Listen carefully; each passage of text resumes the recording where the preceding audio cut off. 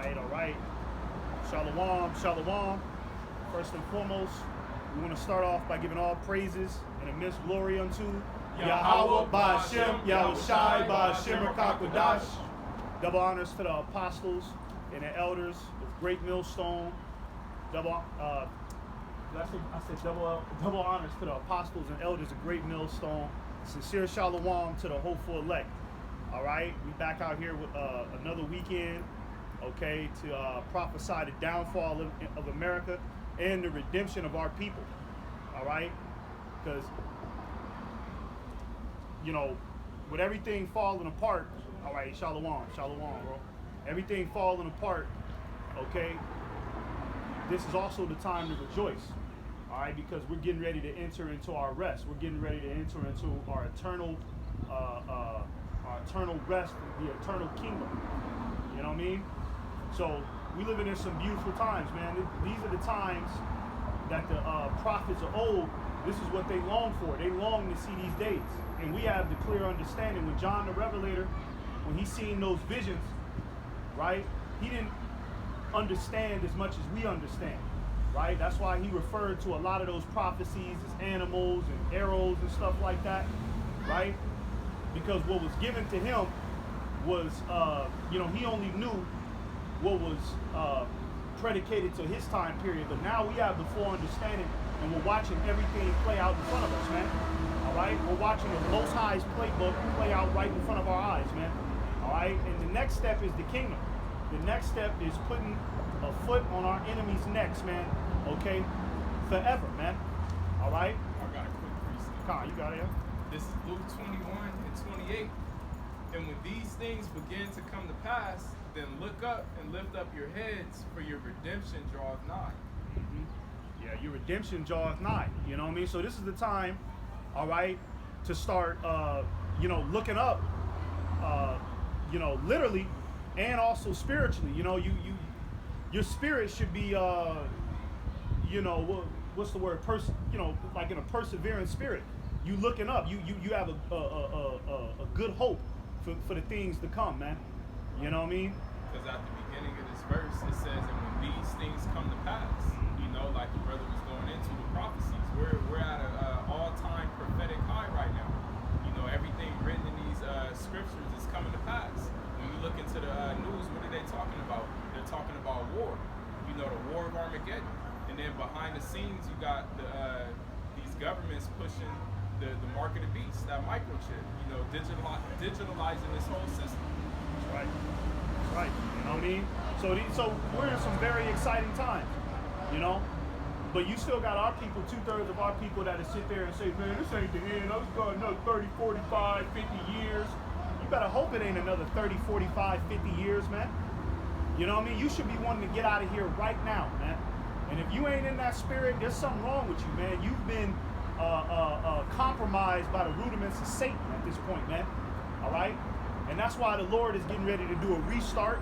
The Lord is getting ready to flood the earth again with fire to purge out all of the undesirables that don't want to get with the program, that don't want to get to the next level.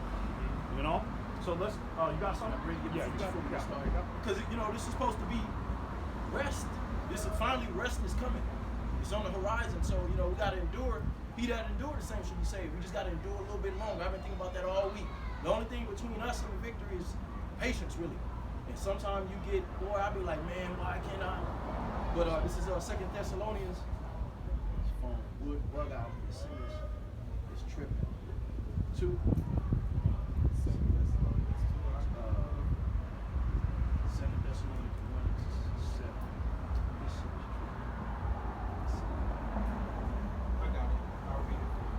This is 2 Thessalonians 1:7.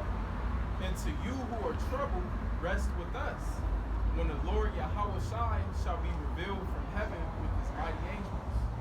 That's right. And it links up with Isaiah 28 chapter. This is the rest where we cause the weary to rest.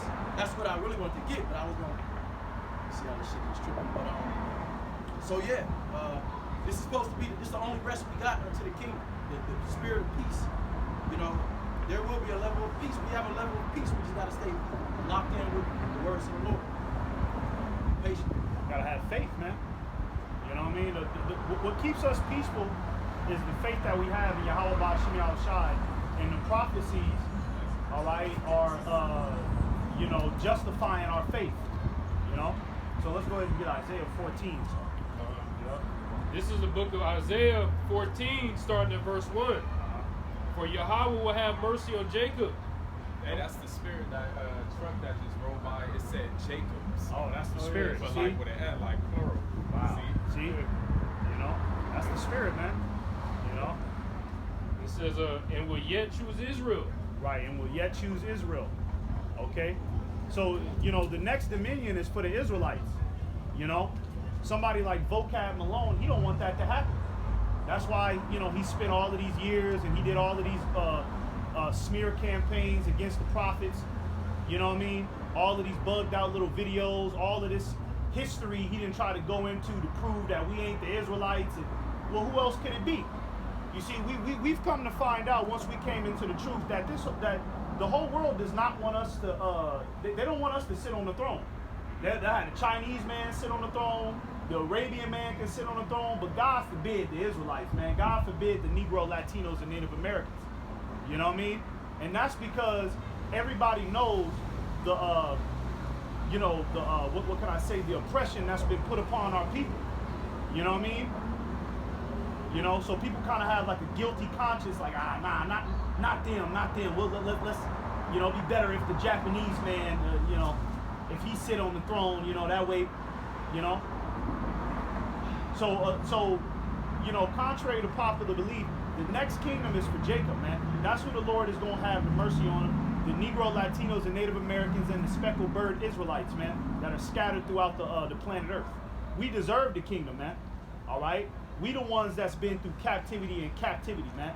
We the ones that's had our identity stripped from us, man. Okay? Like the scriptures say, roughly paraphrasing, no oppression has happened to any other nation more than the children of Israel. We've suffered the worst. But hey, it says Psalms 83, the nations conspire against us, and they come together and make leagues so that we won't be a remembrance in the earth.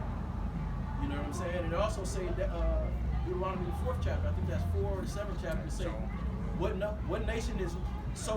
nation under the heavens is you know, got the capability to be so close to the Most High. And that links up with Judith. We always bring that out, how the nations know when we going off.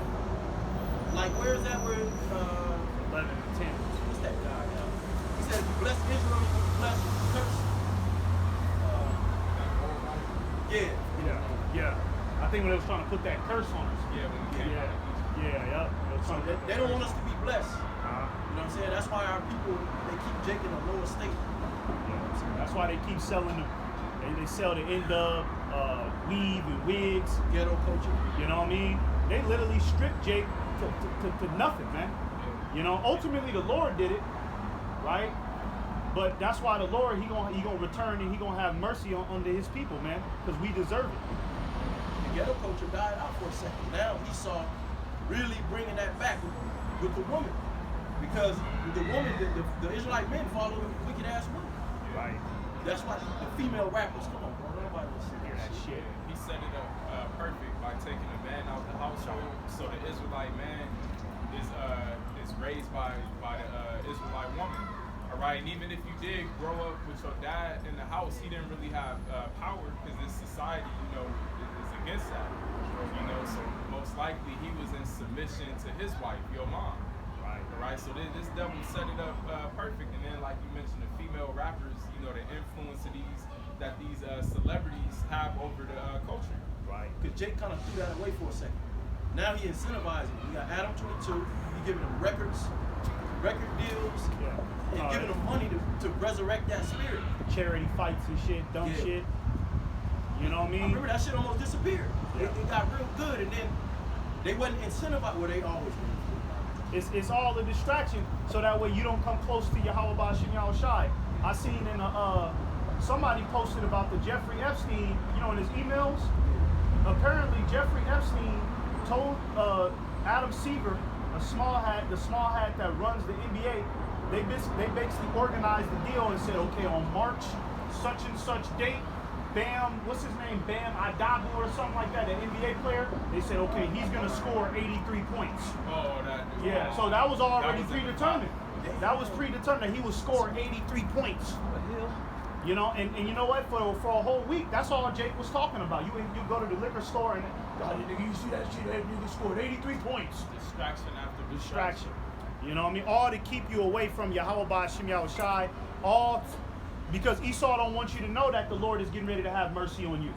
Esau want our people to think that the Most High forsook the earth and he ain't dealing with our people no more.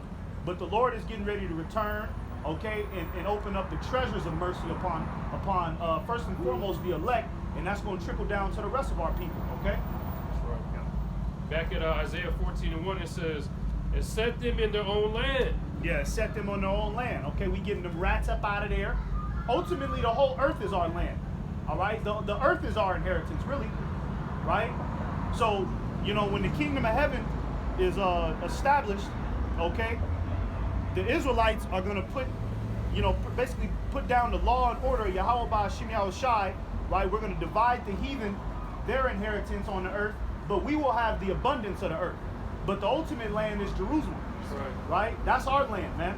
Not, you know what I mean? Them goddamn small hats that, you know, they done went over there and started that pink parade, that punk ass shit. Yeah, well, that shit getting bombed up. Now. Yeah, You know, they won't show it in mainstream media, and they're even using AI in certain videos to make it seem like everything's cool and intact there. But Tel Aviv looks like Gaza right now. And that's the main place where they call it Pink City, doing all that motion. That's ridiculous, man. You know what I mean? But hey, when we get back in that land, okay, it's gonna be beautified, man. You know what I'm saying? Because really, that land is a very fertile land. It's a very rich land. That's why the small hats took it over. You know what I'm saying? But when we get in that land, okay, the fruit, the increase is really gonna sprout up, okay, in that land, and it's gonna look the way it's supposed to. Yeah. You know what I mean? It's not gonna look like how it looks right now. You know what I mean? Because now they got the shit looking like Afghanistan over there. Yeah, boy, the land itself is cursed. Right. You know, because it's being defiled. Could somebody get that in Genesis where it talks about when now, you know, where it says when thou tillest the ground, you know, The curse. yeah, the curse I think the Lord put on Cain, right? When thou tillest the ground, man. See, whatever Esau, the reason why Esau is you got it. The reason why Esau is bugged out the way that he is, well, the reason why this world is bugged out the way that it is what I'm trying to say, is because Job 9:24, the earth is given into the hand of the wicked. So things are not growing correctly, right? The ecosystem is messed up. The water is tainted. You know what I mean? So, you know, the grass is not growing the way it's supposed to grow. All right? But that's because we have the devil in rulership, and the curse that was put upon him affects the whole earth. When it says in Genesis that Esau will have the fatness of the land, it said he's going to have the fatness of the land, right? But it didn't mention that when he gets the fatness of the land, he's going to fuck it up. Right. You know what I mean? Yeah. And really that fatness is going into more so like the oil, you know, the natural resources of the earth that he has, as we see, he has control over. Right.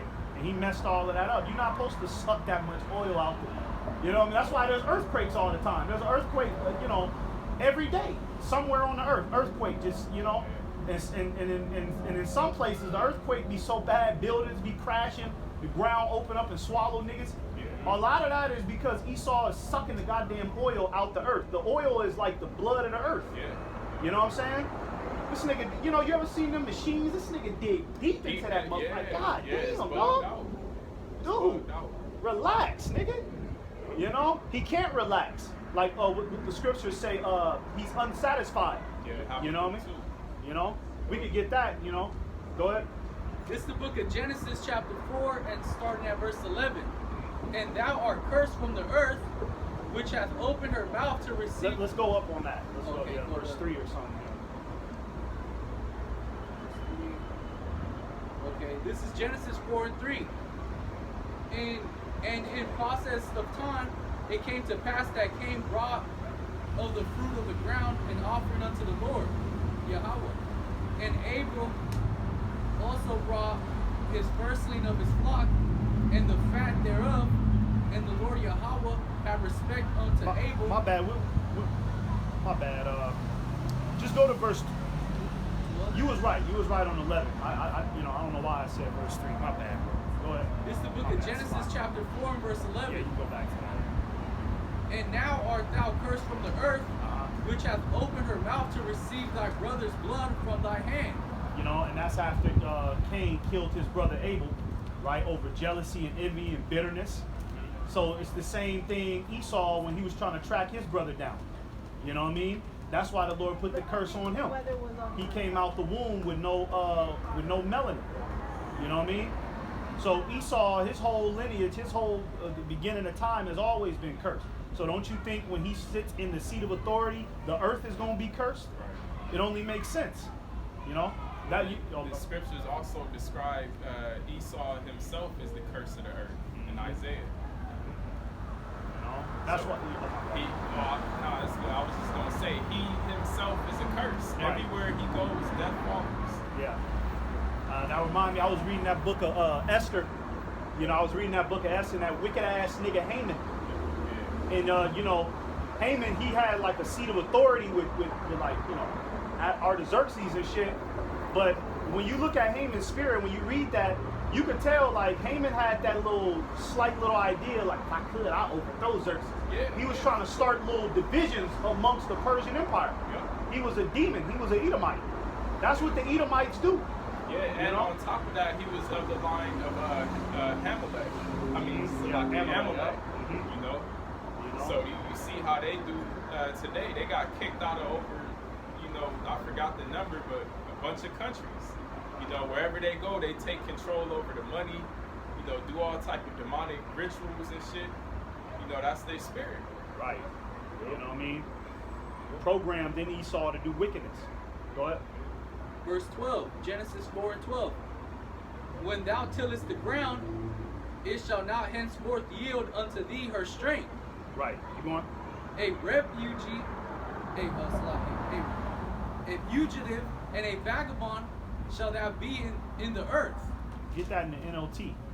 Right? When it says when thou tillest the ground, it's not going to yield its strength. Right? So Esau, he can invest all the money he wants into farming. He can, if Esau wanted to switch it around and be like, okay, we're focusing on agriculture, no more GMO foods, the earth wouldn't agree with him. Right. You know what I'm saying? It don't matter what Esau does, because anything he touches, he has the touch of death, man. That's it. You know what I'm saying? When the law, statutes, and commandments, start getting taken care of in their proper order, the earth is going to function in its proper order. That's why when we get the rulership seat, we're going to set the earth up in righteousness. Then the earth is going to flow the way it's supposed to flow. Yeah. That's, you know what I mean? Because when you look at this tree right here, man, something like this, you know what I mean?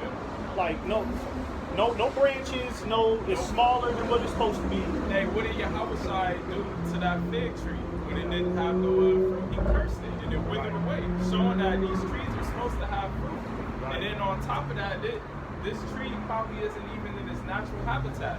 Because what this devil would do, he'll take a seed from one region and then plant it in another region, Right. where it's not even supposed to be. Right. You know? Oh, no, yeah. Dude said something earlier. He said, I never realized this. He said, you don't see any natural clouds. If you don't see chemtrails, you don't see. I forgot what that looked like. When I was growing up, that put a vibe on you. Because you might be outside, you see big ass white, And they'll be fluffy. fluffy. Yeah. And you feel like at peace. You think about whipped cream or some shit. Man, you don't see it. It's like thin, nothing. You don't smell it. You don't smell the rain. You don't see the bugs. Just the whole vibe without the clouds. I noticed that. It's bugged out. The sewage, the thing about the sewage system, that's bugged out. You know what I mean? Some underground layer with just a whole bunch of filth. That nigga just threw a whole bunch of filth just underground. And then you wonder why, like we said, the trees don't grow. How can the trees establish root in the earth when right under it is the goddamn sewage system? Yeah. You know what I'm saying? That's bugged the fuck out, man. You got it? What? This is the book of Genesis, chapter 4, verse 12 in the NLT. No longer will the ground yield good crops for you, no matter how hard you work. Yeah, you know what I mean? So look at Amalek out there in Jerusalem, man. All right, in the land of Israel. You know what I mean? You know, this nigga he's shooting bombs other places. He got bombs coming to him. You know what I'm saying? He's in a laboratory creating GMO apples, right? You know what I mean? He's doing it to himself. He's fucking off his own blessing, man. You know what I'm saying? He's self-destructive. You know? The Lord is not gonna allow the earth to grow to its full potential for some nigga like that. And then on top of that, this nigga got a goddamn human trafficking ring, snatching children, man. You know what I mean? So when Jake asked, like, man, why the world ain't getting better? The devil is in authority, man. That's why the world ain't getting better. It's not gonna get better until Yahweh Shai comes. You know? Go ahead. From now on, you will be homeless, wandering on the earth. Right. That talks about Esau's spirit. Esau is a wanderer. That's why he's taking on all these different identities. This nigga's out here running around telling people, I'm the samurai. I done seen some shit. He said he the Egyptian. Nigga got what's that little shit the Egyptians be wearing? You know that little hat, whatever the fuck that is. Esau got that on. He's sitting on a goddamn road. But when you watch the movies, he's always the main character. It could be a movie about the Egyptians, you know, and he's the Egyptians and the Israelites. Like where was Jake? Where was everybody else? It just started with him. You know what I mean? So his spirit is that like a vagabond, somebody that's always wandering, always jumping from the next culture to the next. Because Esau don't really got no culture. Well, actually, we know your culture, nigga. You a goddamn caveman. That's your culture. All right? You know, nigga picking up cockroaches off the ground, man. That's your culture, man. All right? Mount Seir. And that's exactly where you going back to. We gonna reunite you with your culture, man. All right, in the kingdom of heaven, we're gonna reunite you Edomites back in line with your culture, man. All right, because that's where you deserve to be. Esau don't need to be out here wandering around regular people. You know what I mean? He's not to be trusted. All right, go back to Isaiah 14. Yep. This is back in Isaiah 14 and 1. And the strangers shall be joined with them, and they shall cleave to the house of Jacob. And the people shall take them and bring them to their place. And the house of Israel shall possess them, and the land of Yahweh for servants and handmaids. Right, and you know, this is where somebody like Vocab, he'll use this. He'll be like, see, the heathen can get the inheritance too. No, man, it's ultimately the reason why it says the strangers is going to be joined with us is because they're not going to have a choice, right? They're not going to have a choice but to come up. All right, and no, the strangers is talking about the Israelite foreigners. Oh, okay, Israelite. Yeah, so I tried to look it up, and it said Nah, they're incorrect on that. Yeah, the strangers in this scripture. Read it again from that point. Yeah, this is back in Isaiah. This is back in Isaiah 14 and 2. And the people shall take them and bring them to their place, and the house of Israel shall possess them, and the land of Yahweh for servants and handmaids. And then, was that it? Oh, this is the top one. Where it says strangers. Okay, Yeah. This is Isaiah 14 and 1. I'm going to start that part. And it says, for Yahweh will have mercy on Jacob, and will yet choose Israel, and set them in their own land. And the strangers shall be joined with them. All right, now look.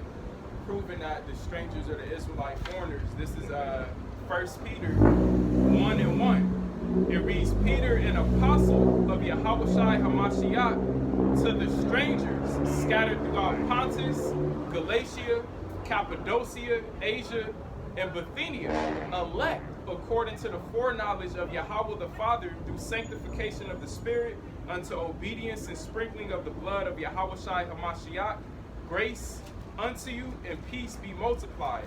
All right, now Peter here is writing this letter to the strangers, which are Israelite foreigners scattered throughout these lands that were mentioned. Right, now when we go to real quick James 1 and 1, look what James says. James says, James, a servant of Yahweh and of the Lord Yahweh Shai HaMashiach, to the 12 tribes which are scattered abroad, greeting. Right. All right, because you got to understand through different captivities. Right, you have the Hellenistic period, all right, where Israelites were taken from their lands and forced into other lands and forced into their cultures to the point where they stopped circumcising themselves All right, they spoke the language of the heathens, worshiped the idols of the heathens. So generations down the line, they became Gentiles.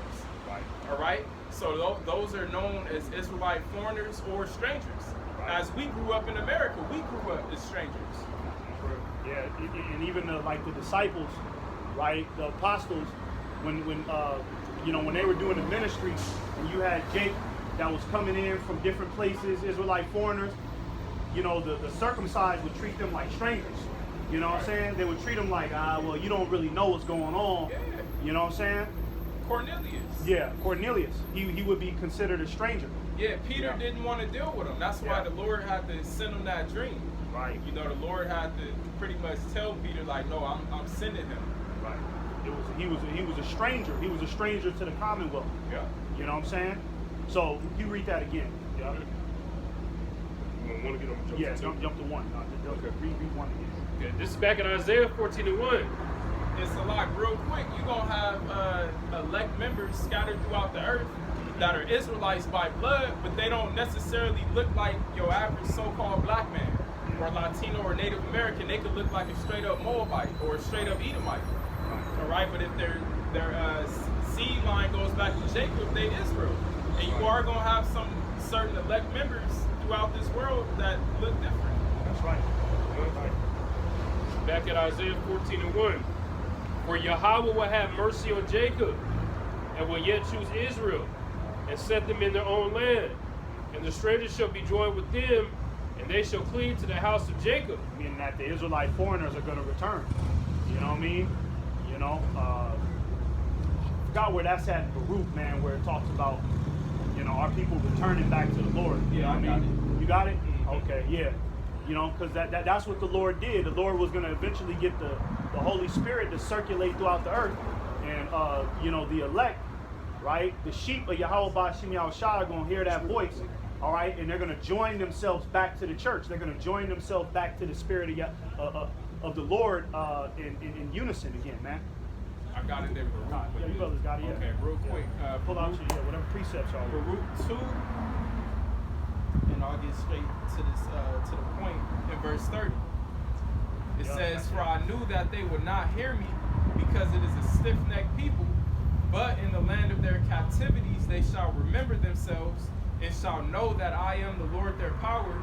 For I will give them an heart and ears to hear, and they shall praise me in the land of their captivity, and think upon my name." Yeah, you know what I mean? So what did it say again? My bad. Con, I'll read it over. Yeah, one more time. Yeah, so Con, I'm Baruch 2 gonna break and it 30. down little by little. Okay, Con. It says, "For I knew that they would not hear me, because it is a stiff-necked people. But in the land of their captivities they shall remember themselves." Yeah, in the land of our captivities. Okay, you know what I mean? Primarily America. You know what I'm saying? This is where the church has been risen up. You know what I'm saying? And the Lord circulated the Holy Spirit, all right? And the elect caught wind of it, and now we're standing upon our feet. You know what I'm saying? Like it talks about in Ezekiel, the 37th chapter, the dead bones rising up again, getting that flesh. You know what I'm saying? Getting the sinews back. That means that we're coming alive again, because before the truth, we were in the congregation of the dead. We were running after the American dream. But now we remember the kingdom of heaven. You know what I mean? The Lord gave us the spirit to remember the kingdom of heaven. Because when you tell 2/3 of our people right now, yeah, the kingdom of heaven, they thinking the Tupac haven't got a ghetto. You know what I'm saying? They thinking Biggie up there smoking a cigar. No, now we understand what the kingdom of heaven is for real. It's dominion of the Israelites. It's Yahushua sitting on the throne, man. That's right. You know what I mean? That's what we remember. We remember who we are. You know? We're blinded. They've been blinded. I got a this is Isaiah 2:1. The word that Isaiah the son of Amos saw concerning Judah and Jerusalem. And it shall come to pass in the last days that the mountain of the Lord's house shall be established on the top of the mountains. The mountains of the Lord's house is the kingdom, which is going to be here on earth. It's not in heaven where niggas is smoking weed, playing the piano with Tupac. So the government, the mountains that's up now, you can see they bugging out. Them niggas is at odds. The allies are at odds. So the real government is what we're establishing. This word says that the mountain of the Lord's house shall be established in the top of the mountains, and shall be exalted above the hills, and all nations shall flow onto it. So eventually, Yeah.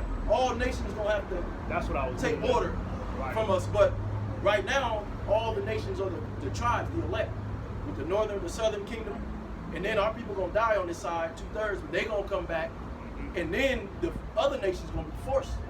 You know, and if you look at the state of Israel right now, that geographical location, it's a complete desert. And I won't bring that out now, but maybe later. It's in Ezekiel. The Lord said He's gonna replenish that land. The heathen, they stole it, they got it.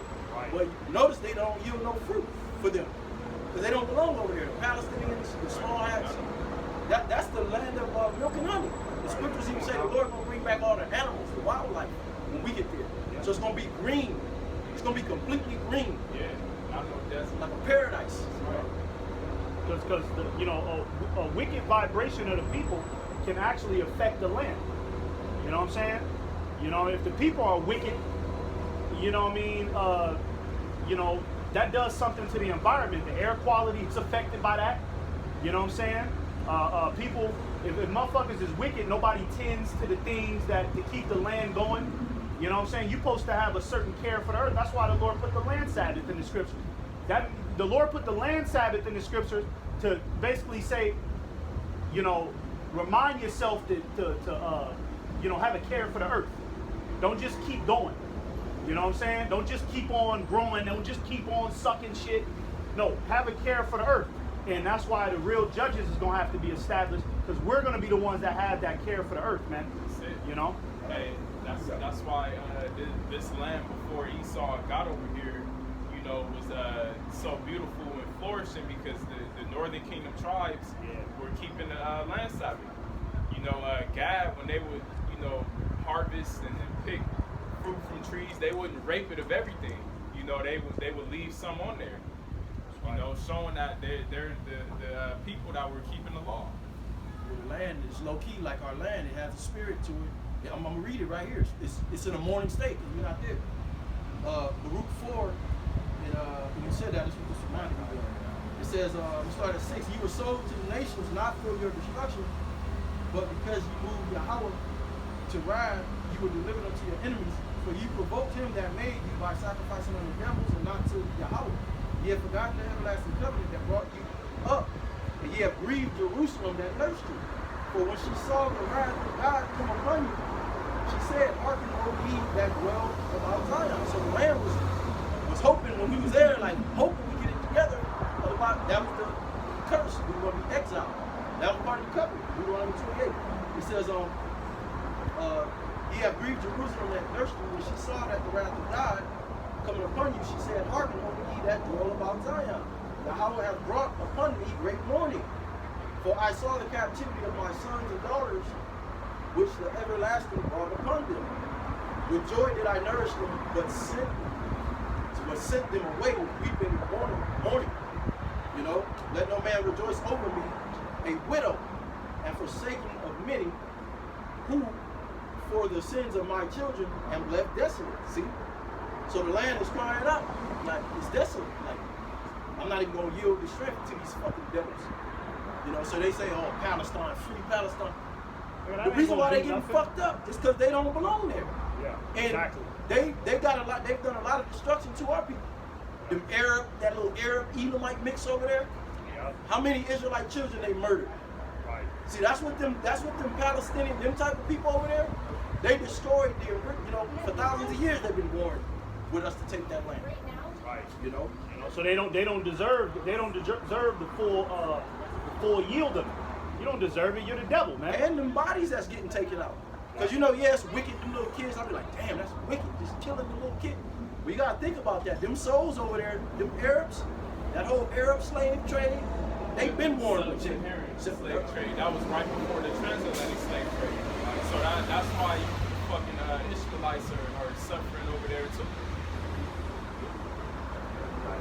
This is back in Isaiah 14:2. And the people shall take them and bring them to their place, and the house of Israel shall possess them in the land of Yahweh for servants and handmaids. Possess. That's I forgot what a verb. Yeah, that's a verb. You know what I mean? Possess. You know what I mean? Get that word possess. All right, because that's the next phase okay, for you heathens, all right?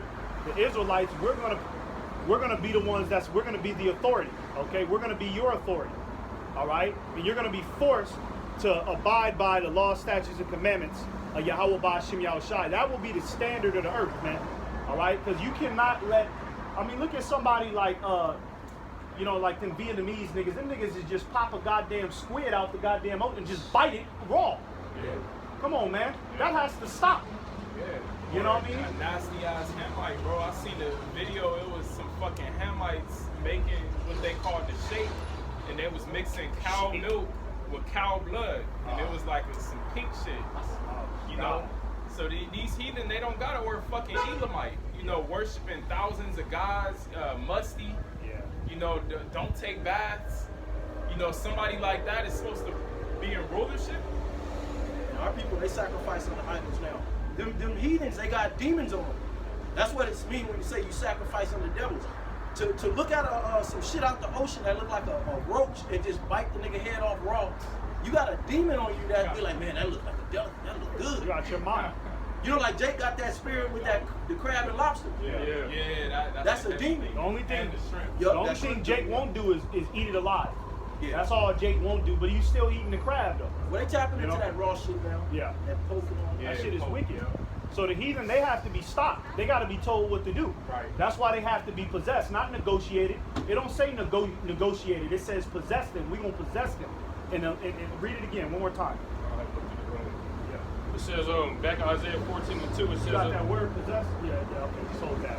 it says, and the house of Israel shall possess them in the land of Yahweh.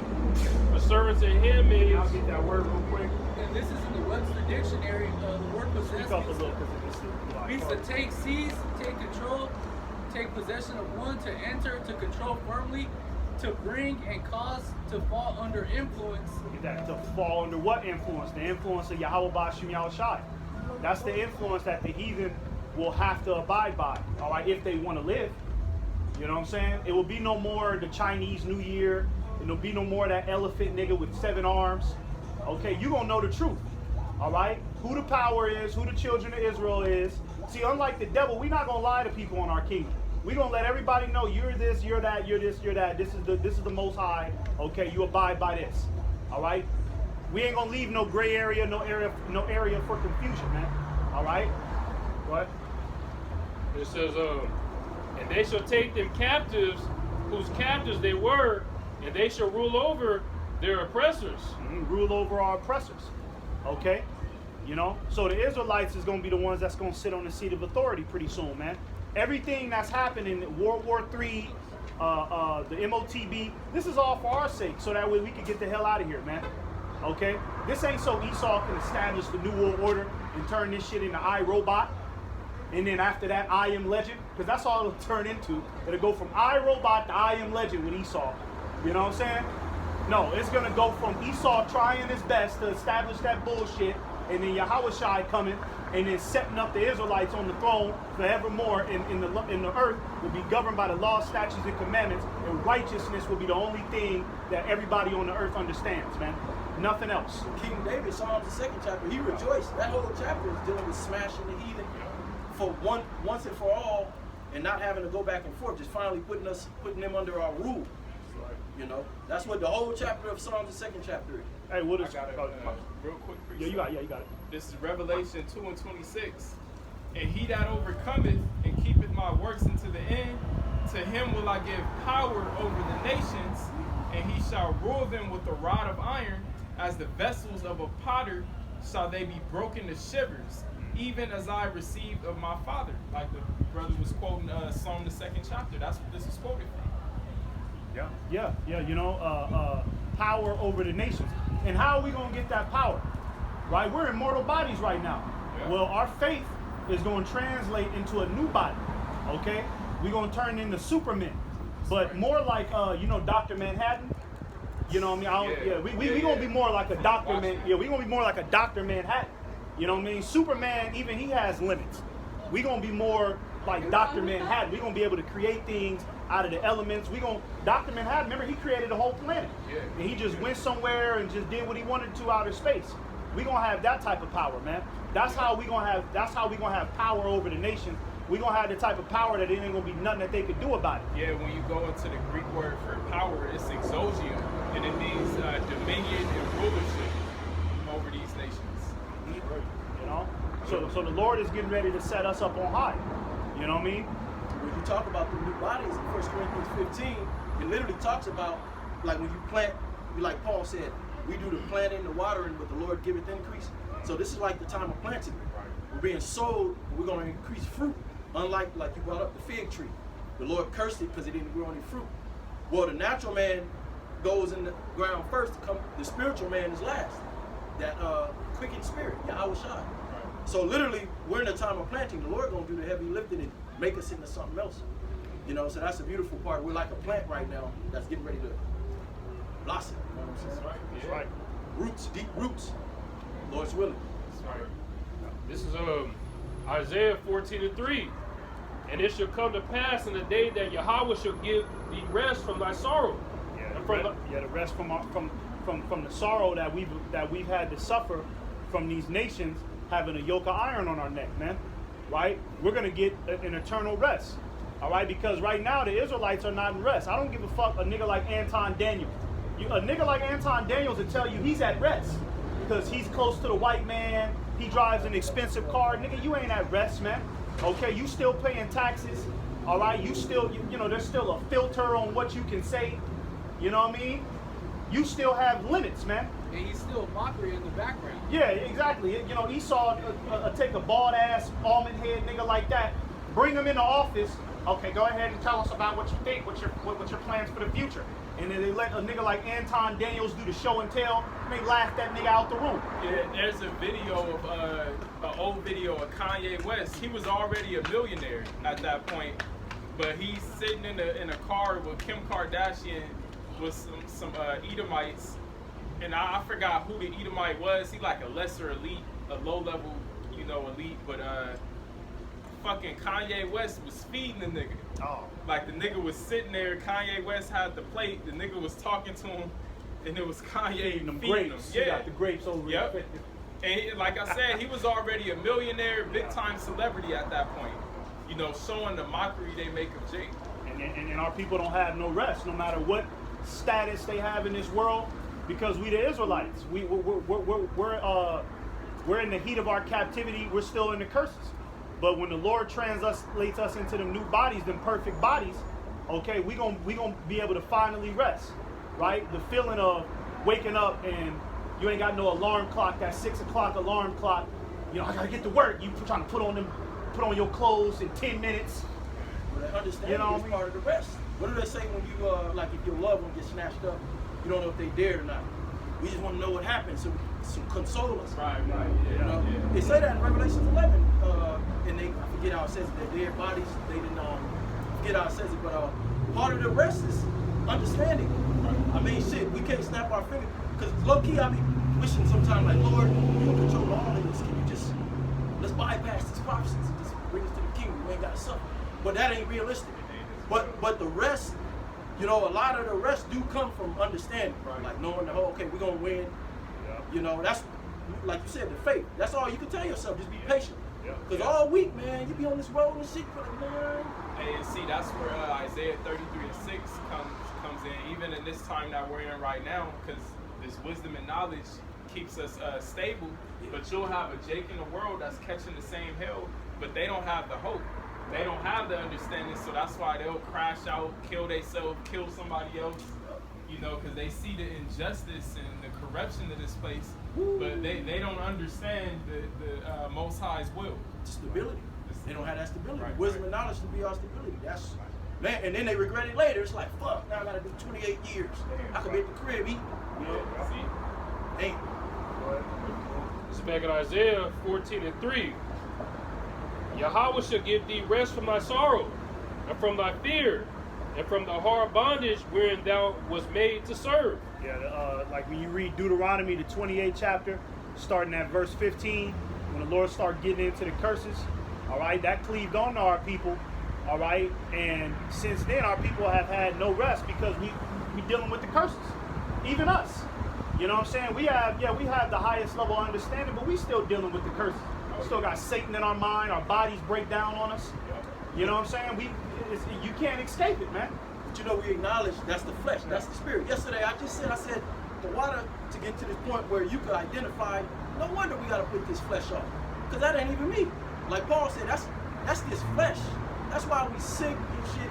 Yeah. You know, when you know that the true man, the inner you, okay, that wasn't me. That's the demons that dwell around me. You can combat it. Yeah, that gives you comfort. Like, You can fight it. yeah, I ain't wicked. That was, because you be like, hold on. Because sometimes a thought come up there and then I rebuke it with the truth. I be like, nah, that ain't what the Lord said. That ain't what a brother would do. Stop that.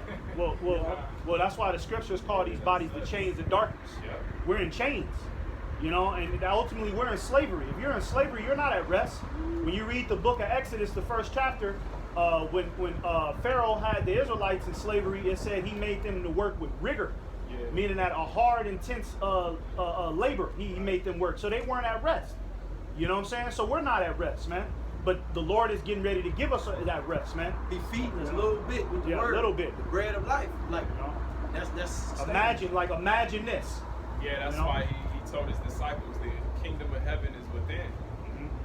I got a pre real quick since you're talking about that rest. This is Isaiah 28:12. To whom he said, this is the rest wherewith ye may cause the weary to rest, and this is the refreshing.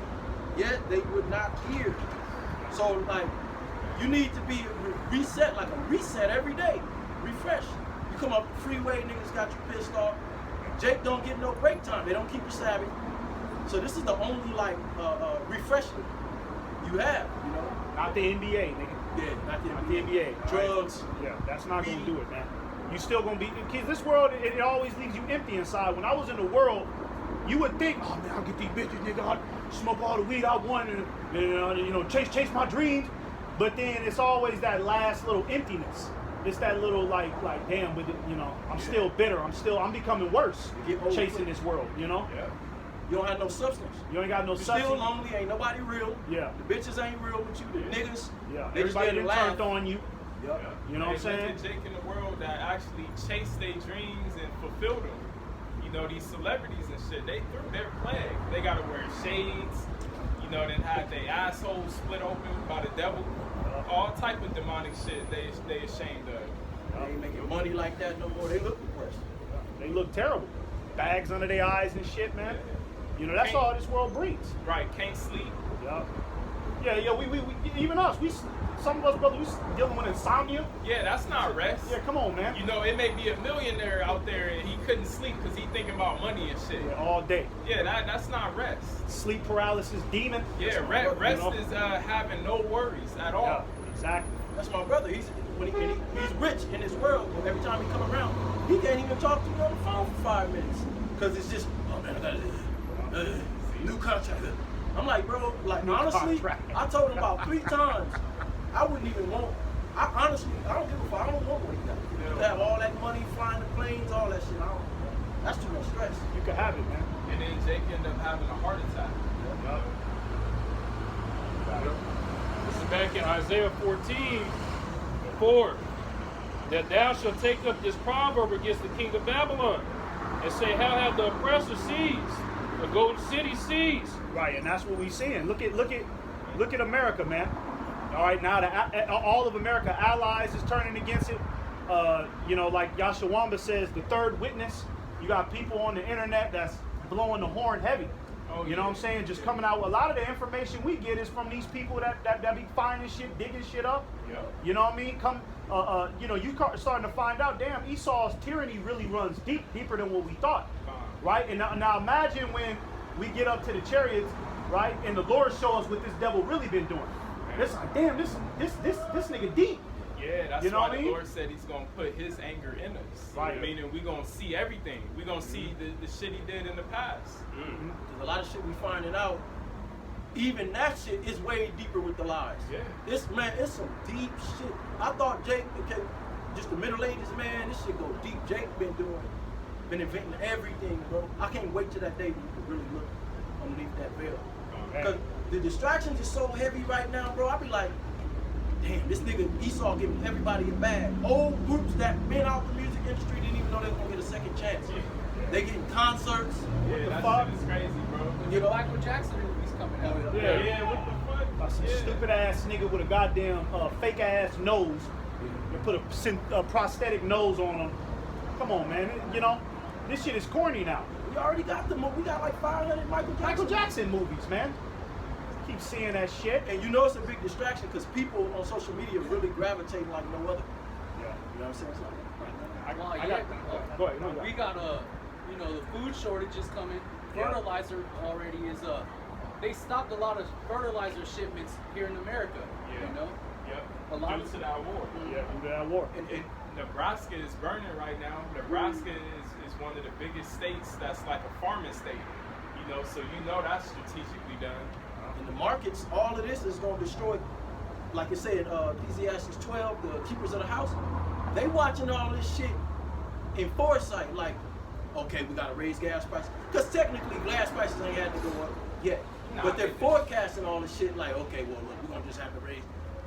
Investors pulling out of everything. Niggas is surprised that they didn't get rich off Bitcoin. Like we've been saying it. You got to be in a complete delusion to think the American government was going to let all you dumb niggas get rich.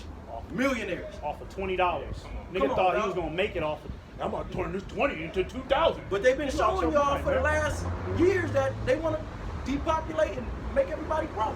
Right. So how can you be in that deep of a delusion? Yeah. You clearly don't want to hear what we're saying, because that's, like you said, all over social media, not only us, everybody's saying this shit, that it's over. I got a precept real quick. This is Isaiah 25:7. It says, "And he will destroy in this mountain the face of the covering cast over all people, and the veil that is spread over all nations." And then let me get that in the NIV. Isaiah 25:7 in NIV, it says, "On this mountain he will destroy the shroud that enfolds on all peoples, the sheet that covers all nations." Right? So the delusion is being brought down.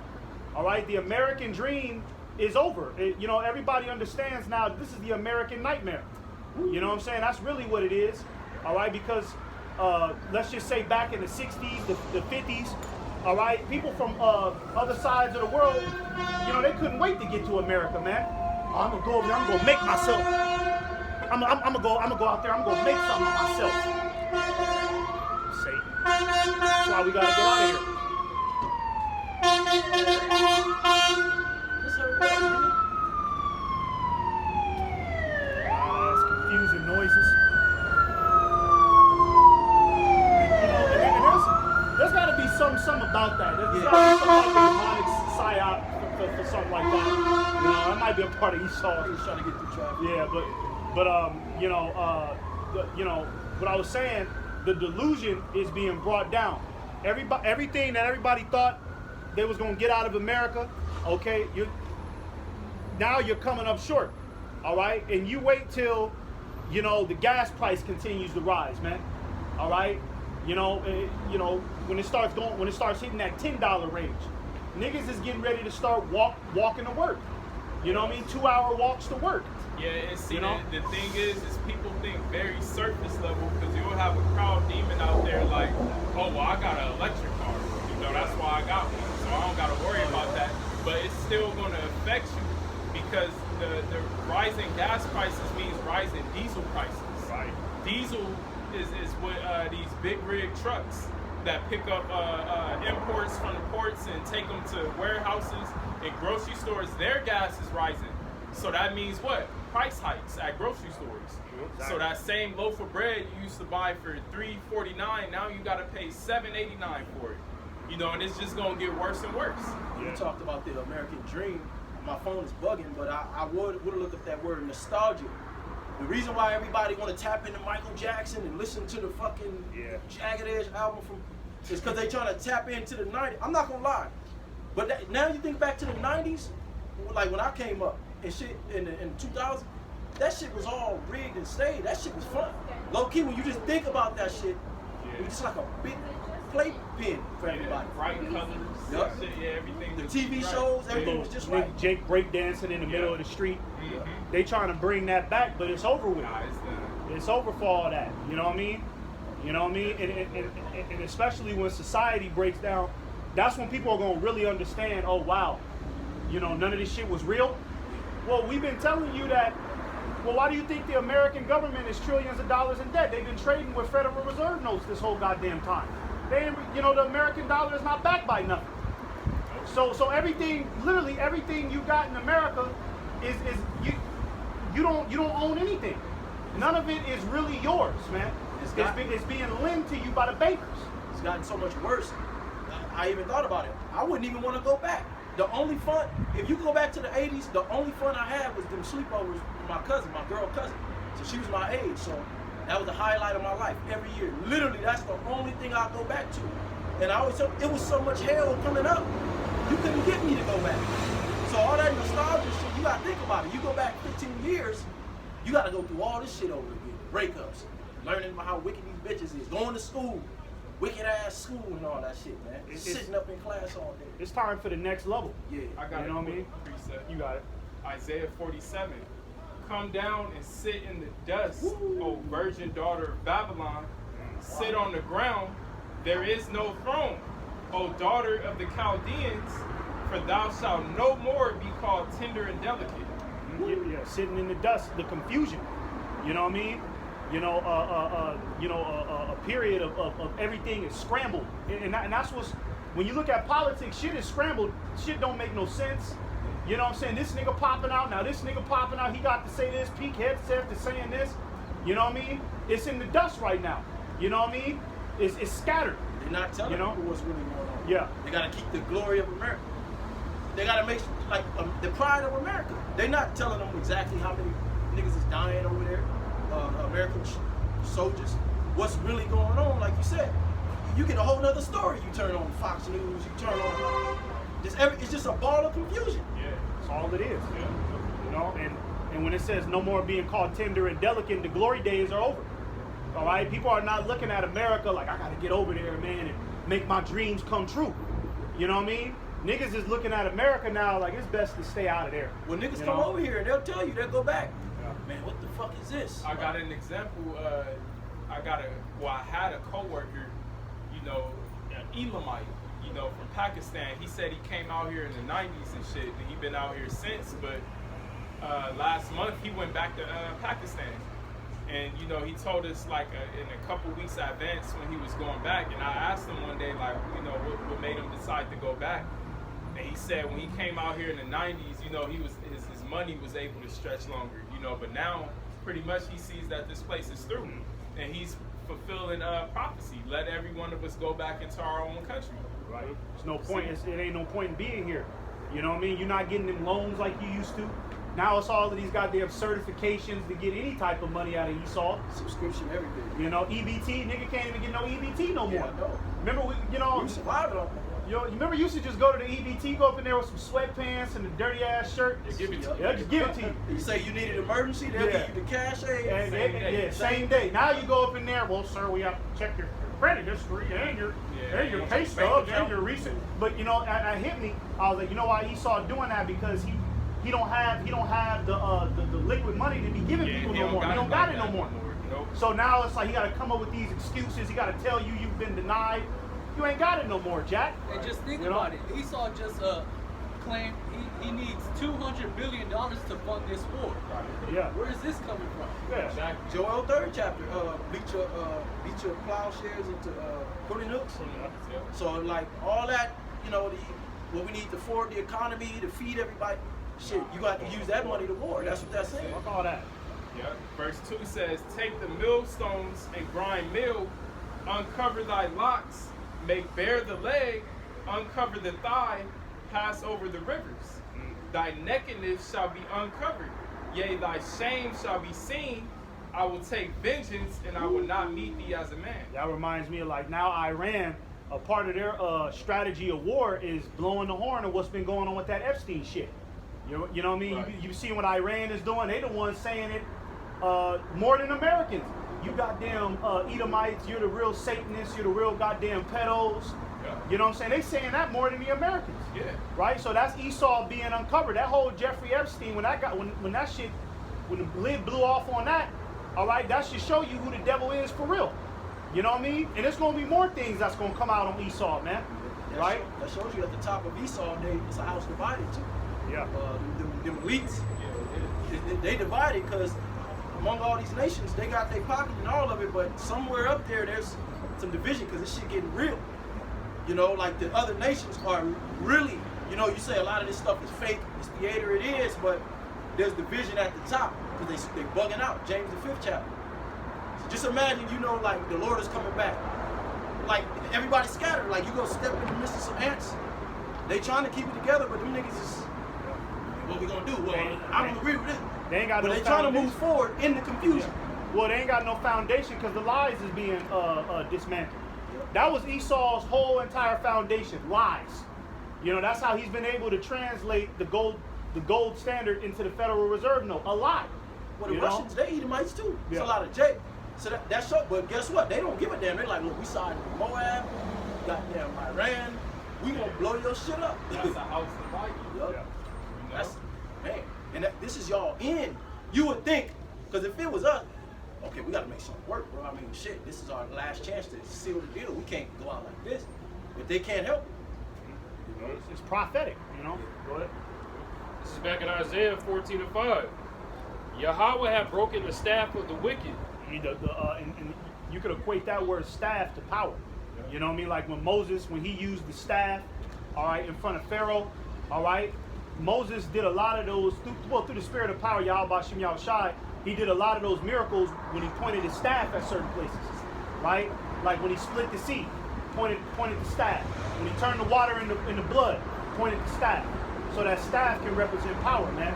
So when it says that the Lord is breaking the staff of the wicked, the power structure in Esau is falling apart. The lies are being dismantled. The economy's failing, right? The people are becoming more and more degenerate. Now it's to the point to where, okay, they're talking about a military draft. Who the hell they gonna sit out there? Saucy Santana? You know what I'm saying? Esau, they ain't got no more, they ain't got nobody. You know, back then, you know what I'm saying? Esau used to have, you know, okay, these are the soldiers, and then these are the regular civilians. The soldiers can get the job done. But now the soldiers, they done became some panty boys. You know, they forborn to fight. So now Esau, he about to tap into his reserves and start sending American citizens. It's over. He ain't got nothing else. Esau will send a goddamn house cat out there if he could. You know what I mean? He'll send a goddamn hamster out there if he get desperate enough. Put a fucking helmet on a goddamn hamster, man. America's finished, man. You know, it ain't got nothing left. Go ahead. And it says, and the scepter of the rulers, he who smote the people in wrath with a continual stroke, he that ruled the nations in anger is persecuted, and none hindered. Yeah, that's talking about Esau, that continual stroke. Because who's been, you know, ever since he got into power, who's been running around bombing places in the name of democracy, in the name of liberation, right? Which all of that shit was a lie, right? When he went out there to Afghanistan and you know what I mean, and hijacked that shit, okay, he lied to people. Osama bin Laden, you know, these goddamn terrorists, you know, we gotta go over there, we gotta go do something about that. But you got the American soldiers, they go to that land, they go rape the women, they go destabilize the you know, their society, they steal the oil, they go over there and you know, introduce Baphomet to their way of life. You know what I'm saying? He's doing that with a continual stroke. Esau, he does not stop. Right? Read that again one more time. Read that part again one more time. So this is back at Isaiah 14, in verse 6. He who smote the people in wrath with a continual stroke, he that ruled the nations in anger is persecuted, and none hindered. The small hats are being persecuted right now, man. They're being chased out the earth. You know what I mean? Everybody's calling them out. You know what I'm saying? Everybody's calling out Esau. Everybody's calling out the small hats. That's why the scripture says in Job, his children shall seek to please the poor. You know why he's in that spirit? Because he's guilty. The average Edomite is walking around, you know what I mean? He's trying to be your friend. I ain't seen so many Edomites try to be my friend in recent times than my whole life, man. Yeah. You just be sitting somewhere, Esau. Hey, how you doing, buddy? I just wanted to tell you about, you know what I mean? The nigga he gotta be your friend, but that's that guilty conscience. He can't just sit in the room with Jake. Esau can't just sit in the room with Jake. You on one side, he on the other side. He lets you be, he be who he is. He got to find his way over to you and come make up for some type of wrongs or something like that. Yeah, I ignore it. Yeah, you know what I mean? That's what I do. But that's because he's being persecuted. Yeah. He's being found out. Yeah, he's trying to make himself relatable Yeah. to you. Yeah. Like, yeah, man, we gotta stick together, man. The elites are trying to take us down. I got a proof for that. This is Habakkuk 2 and 3. What is this? 2 and 5. Is that? Oh, here it is 6. No, you right. Yeah. Shall not? This is Habakkuk 2 and 6. Shall not all these take up a parable against him? You should read verse 5. Okay. Yea, also because he transgresseth by wine, he is a proud man. Neither keepeth at home, who enlargeth his desire is hell, and is as death, and cannot be satisfied. But gathereth unto him all nations, and heapeth unto him all people. Shall not all these take up a parable against him, and a taunting proverb against him, and say, Woe to him that increaseth that which is not his? How long, and to him that ladeth himself with big clay? And you can see Esau, you know, him trying to heap everybody to himself. That's what the New World Order is about. That's what the digital grid that he's trying to set up. That's what it's about.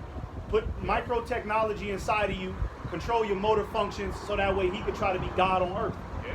You know what I mean? That's what it's all about. You know what I mean? And then it's talking about that thick clay. That's the debt. He's laden himself with the thick clay. He's got debt every goddamn where, man. He's known for not keeping at home. Yeah. Taking things. That's really what it's saying. Like, he's ran the same play. That's Esau's stigma. It said he's gonna be a proverb, just like we relied on proverb. You know, niggas, this and that. We did hold those stigmas because of the curses, but now the curses is transferring under him, and now he's being revealed and called out exactly for who he is. Well, neither keepeth at home. Look at him right now. You know, right now he's over in the Western Asia, the so-called Middle East. Right? He's over there in Cuba. He's talking about invading Ecuador. Right? He's talking about going into Cuba. Well, I said Cuba, Venezuela. Right? He went into Venezuela, took out their leader and shit, took their oil. Now he's talking about going into Cuba and Ecuador. In Greenland a couple And weeks ago. Greenland. See, he's everywhere. He's everywhere. He can't keep at home, and he has no home. He's a fugitive. He's a fugitive. Yeah. So he probably It's trying to madness. pick out places. Okay, we gotta find other places to hide. Yeah, We gotta get out of America. Yeah, for the just in case. That's why he's trying to go down to the bottom of the ocean. He's trying to take that over too. You know, if he could, he'd put whatever is down there in the black part of the ocean. He'd put that in captivity. Yeah, and they keep talking about Mars. Yeah. Like, you're not going to none of Mars, these nigga. places. Hell no. So what? You could build a McDonald's on that motherfucker? You crazy, man? Keep hope alive. You know? That's what they. It's That's like what a it woman. is. Keep telling herself Prince Charming gonna come. Yeah. Exactly. But they know it ain't. You know, you ain't going to no Mars, nigga. You ain't been there. Right.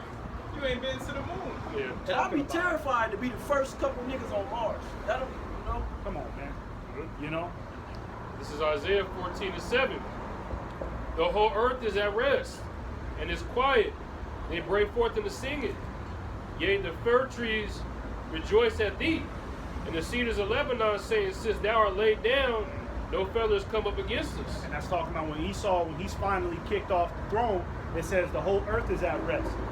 The trees rejoice. You know what I'm saying? Everything will be back in harmony, man.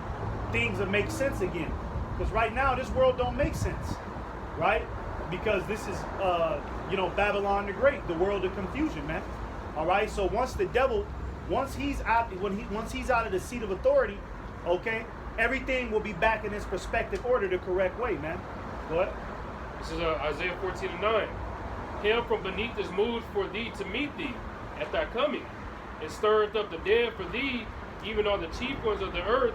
It had raised up from their thrones all the kings of the nations. All they shall speak and say unto thee, Art thou also become weak as we? Oh, you know, that's what these nations is saying. Look at Esau now. You know, the American government. Now they trying to call upon their allies. You know what I mean? You help us with Iran, but hold on. Donald Trump, he talking that shit. We got the greatest military and we got the greatest technology. What happened to all that? What happened to you being the big bully and you just take it over? Exactly. Now you calling on allies and shit. So now everybody's looking at that, America like, are you become as weak as everybody else? You ain't got it no more or what? Right. You know what I'm saying? What the elders been saying, these devils understand this is gonna be a technological war, like it said in Isaiah 9 chapter, of burning and fuel and fire. So really them niggas, they want to keep hope. They just want to do all that talking and strategic shit. They really don't want to let them. That's how you know the missiles gonna come quick too, because they gonna send all these niggas to die. It's gonna be a technological war, bro. Yeah. Trump keep talking, you know, he's lying, but the rhetoric of, oh, we're winning. We destroyed their Navy, this, and that. Okay, well, why'd you just send 2,500 Marines over there? Right. See, they don't really want to use the missiles, but they gonna have to. Once this shit really get kicking, they gonna have to, because it's gonna be a technological. Ain't nobody gonna win. Just that little bitch ass shit show, a little mini drone blow a nigga up. Come on, bro, that shit gonna get. Yeah, they can go back and forth with that forever. You know, they gonna have, like you said, the Lord is gonna force their hand. That's right. Can I get a preview? What you Go talking ahead, about? This is Jeremiah 50 and 23. How is the hammer of the whole earth cut asunder and broken? Yeah, the hammer of the earth. You know, Esau is the hammer of the earth, right? You know, the bully of the earth. You know what I mean? In particular, Babylon the In Great. particular, Babylon the Great, the hammer of the earth. It was at one point to where every nation was afraid to go against America. I wouldn't dare. They wouldn't dare. You know what I'm saying? Now, these other nations is, they talking big shit against America. They laughing at America. You know what I'm saying? They're on American Airlines talking about death to America. Yeah. And see, That's this unheard of. what the Lord did is He used Russia and China and North Korea to arm these lesser nations, to give them, like you went into the technology. You know, so now everyone is on an even playing field due to technology and nuclear warfare. Esau so dumb, he gave the other nations to start off with some of that technology. Yeah.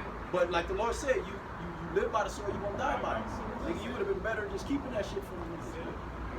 Idiot. Yeah, for a minute it was just Russia and America, two Edomite countries in that arms race. You know, after World War II, we got Operation Paperclip, where half of the Nazi scientists went to America, half went to Russia. All right, but since then, as we see, though, that technology has been spread out to all these nations for the purpose of the War of Armageddon. Right. Valid truth.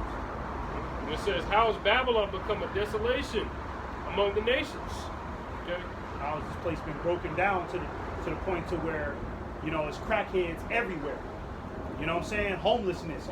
You know what I mean? You got, it surprises me every day that you got women that are like 23, little attractive woman. You walk past the bitch car, she's sleeping in her car. She got a whole bunch of bags in her car. It's like, what the hell has this become? You know what I'm saying? Like, she's supposed to be knocked up somewhere, barefoot and pregnant in the house with a husband, right? But everything is broken down. Everything is discombobulated now. It's like the Lord had to break the spirit of Babylon first. Yeah. Because there was a spirit with America. The happy days, what you call that? Family Matters, Full House spirit. Right, that's dope. Yeah, That's done. The Edomite family, they're on fentanyl. You know what I mean? The Edomite father, he's a homosexual, right? The mother, she's chasing after Jake. She's 45. And the daughter too. Yeah, Yep. the daughter I'll too. say that. But the mother she's at the bar, married, taking off the wedding ring, trying to get a Jake at the bar. The daughter is a vapor. She vapes. And the son, he's a complete jackass degenerate. Yeah, he's a 6'7" degenerate demon. You know what I'm saying? 6'7". And So- now Esau yeah. over here as a pedophile. At least they used to be able to, they women think, well, you know what? Yeah, they did take down the neck. But now it's just coming out that this dude was just a violent homosexual, like Brother from Northern Bay used to say. Yeah, no woman, now that's why they're looking at Jake all day, the prettiest little Edomites. It's back at Isaiah 14 and 10. Art thou become like unto us? Thy pomp is brought down to the grave. Now, you get that word pomp, right? I believe that goes in the proud and arrogance. Like pomp is being brought down to the grave, it's being brought down to the earth. You know what I'm saying? Esau can't be proud like that no more. You know what I mean? Because this is why Esau, with this whole Iranian situation, you can see there's some hesitancy in Esau to do something about that. Because back then Esau, he's like, all right, nigga, press a button and that should be over with within a week. Yeah. Now it's, okay, maybe we can get a negotiation. Let's try to do a ceasefire. You know what I'm saying? No, nigga, it's over, You man. would have shot a nuke. Yeah. But them other nations would be like, oh, hell Hold no. on, nigga. You know what I mean? And Everybody see, you telling him, started hold on. that. You can't start a war and then demand a ceasefire. Like, that's likening to you seeing somebody on the streets, you sock them in their face and you see that you didn't knock them out, you like, oh shit, I thought that was gonna get them out of there. Hold on, And then you my try to nigga. call the truth. All right, it's cool, It's all good, my it's all bad. good, Nah, my you nigga. gotta run that. Yeah. And that's the mentality of them Persians. Yeah. Like, nah, nigga, you started this shit, now it's to the death. Yeah. Yeah, that, You- go ahead. my bad. That always happens when you get proud. Destruction, what does it say? Pride comes before destruction. I don't care what avenue. Like, look at Mayweather. Like, I mean, you can make so much money, but you gotta have a certain level of humility. You know what? Put some of this up. I can't just try to be like the small hat.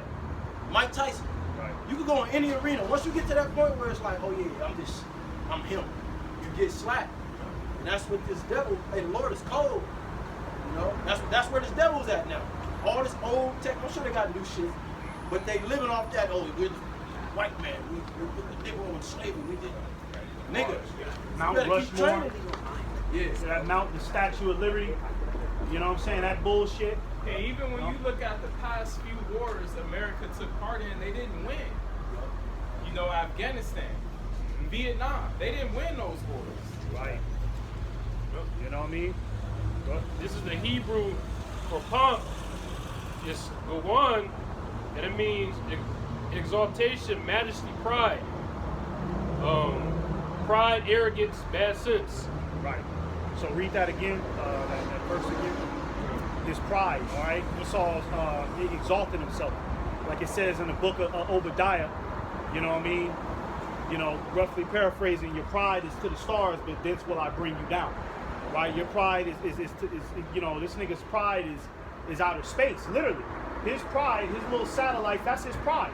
To be outer space, watching people with a goddamn satellite, man. Yeah. Thinking nobody can touch him up there. Yeah, that's how he's able to strike some of these nations too. It's through his satellites give him intel on where certain facilities and stuff are. Esau, Completely delusional at this point. Yeah, right. He's spaced out. He's outer space, but he's spaced out. spaced because out. The delusion is that great. He's not even thinking logically. He's just like a woman now. They got the perfect dude in office, Trump. That man, he just says he's completely out of the loop. He's not in reality. But you still got these simple Americans believing what he's saying. Shit. Small hats, they gotta force him. They pushing him behind the scenes. Yeah, man, just do whatever. You shoot the missile because they know that all these dark nations, the Carmenians raging, all them Arab nations, the Israelites waking up. Everybody is literally like, man, identifying them. yeah. So it's like, well, fuck it. We got the sword. We gotta use it before they get it. It's like everybody's encroaching on this nigga. Well, Napoleon Bonaparte, one of the things he said, when the people start to revolt, that's when the king will start a war as a distraction.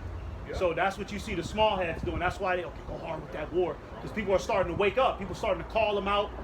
Okay, we got people to look the other way. You know what I mean? But you're not going to escape this time. You're not wiggling your little pasty ass out of this one, man. He's afraid of his own sword at this point. You know? The sword is turning on his ass. That's crazy. Back in Isaiah 14:11, thy pomp is brought down to the grave, in the nose of thy vials the worm is spread under thee, and the worms cover thee. How art thou fallen from heaven, O Lucifer? Right. So this is where our people they get this one confused and be like, oh yeah, see this is the story of Satan. He was up there. He was the most what they say? He was the musical piano. genius. Most handsome That's angel. nowhere in Most the handsome scriptures. man that Yeah, fell it's down like to the bugged out. ground It's nowhere in and walk with mankind. And you'll look at him like, where you get that from? I mean, I heard of him. Yeah, my pastor said. Yeah, that's what the Book of Joshua. Oh yeah, they do. Yeah, that's the Book of Joshua. Oh, that's. Yeah, but nah, it's talking about Esau. Read that again. Yep, back at Isaiah 14:12. How art thou fallen from heaven, O Lucifer? Yeah, I believe a word that culminates with the word Lucifer is like illuminated. Yeah, light bearer. Light bearer, right? And what do the Illuminati? What do they believe? They believe they have the light, right? So, Lucifer, right? Go ahead. It says, son of the morning, how art thou cut down to the ground, which didst weaken the nations? Which did is weaken the nations, man. Okay. How are you cut down to the ground? How are you starting to look? How are you on the back pedal now? Yeah. Right? How is Esau on the back pedal? Why are you over-explaining yourself? Esau didn't used to over-explain himself. Remember Esau back in the 30s, niggas used to just say something on TV, and that was it. And then he'd just go on, okay, we're doing this tomorrow. and then it just going. But now you got people questioning them. Hey, Pearl Harbor. Nobody questioned Pearl Harbor. Yep. This nigga Esau killed thousands of so-called innocent civilians. Yep. You know, just dropped them bombs on them. You know, during Hiroshima and Nagasaki. Say that, yo. And he's the one who did Pearl Harbor. Nobody questioned that. Nobody questioning. But what do you do to a woman like they say Diddy, right? Do to a woman in the bar or club, you try to take home, you try to get her intoxicated. Some might even slip a pill in her shit. That's Habakkuk the second chapter. That's what this devil did. He got everybody drunk. It took a while to realize, because you know, at first when you're drunk, you're like, oh, this shit good. Then you start feeling like shit, get sick. Like, God damn, what did they give me? Right here in Habakkuk 2, and it says, woe to him that coveted evil covetousness to his house, that he may set his nest on high, that he may be delivered from the power of evil. So that was his way of, let me read the 10th verse. Thou hast consulted shame to thy house by cutting off many people, and hast sinned against thy soul. So the people that are waking up, because a lot of these idiots are still asleep, they're recognizing that they bought into that dream, that fake American dream. This is why they still holding on to nostalgia. Okay, America is going to get much worse. You know, Glory, you got a lot of these people that voted for Trump, for MAGA hat wearers. You don't see them niggas no more. You don't see them, you know what I mean? You don't see that proud spirit no more. They're ashamed. They're ashamed. I go to the comment boards on certain of these videos, and even some of the MAGA people are saying, like, yeah, I'm ashamed to have voted for you. Can't I believe regret this. voting for you. You know, because now, you know, America's being drawn into the war of Armageddon. and that's what they did. They tried to deliver themselves from the power of evil, but they didn't account the Lord was going to expose them. Now they're running. Like the scripture say, they're going to chase out the earth. So they're going to have to shoot the nukes. They're going to have to do something. That's different. Like the brothers keep saying, they're forced to keep this war going. They want to run away. Donald Trump and him, you can see when he come out, there was one video I saw, that nigga looked like, Yeah, he was through. Yeah. He be looking a few videos. He be looking through. We're going to start winding down, and we're going to talk about a ceasefire. But you know, Iran, they don't want to talk. Yeah, they don't want to talk. They want to destroy you, devils. it's backfire. You know, and you know, really, this war is his exit strategy. He want to go in them bunkers.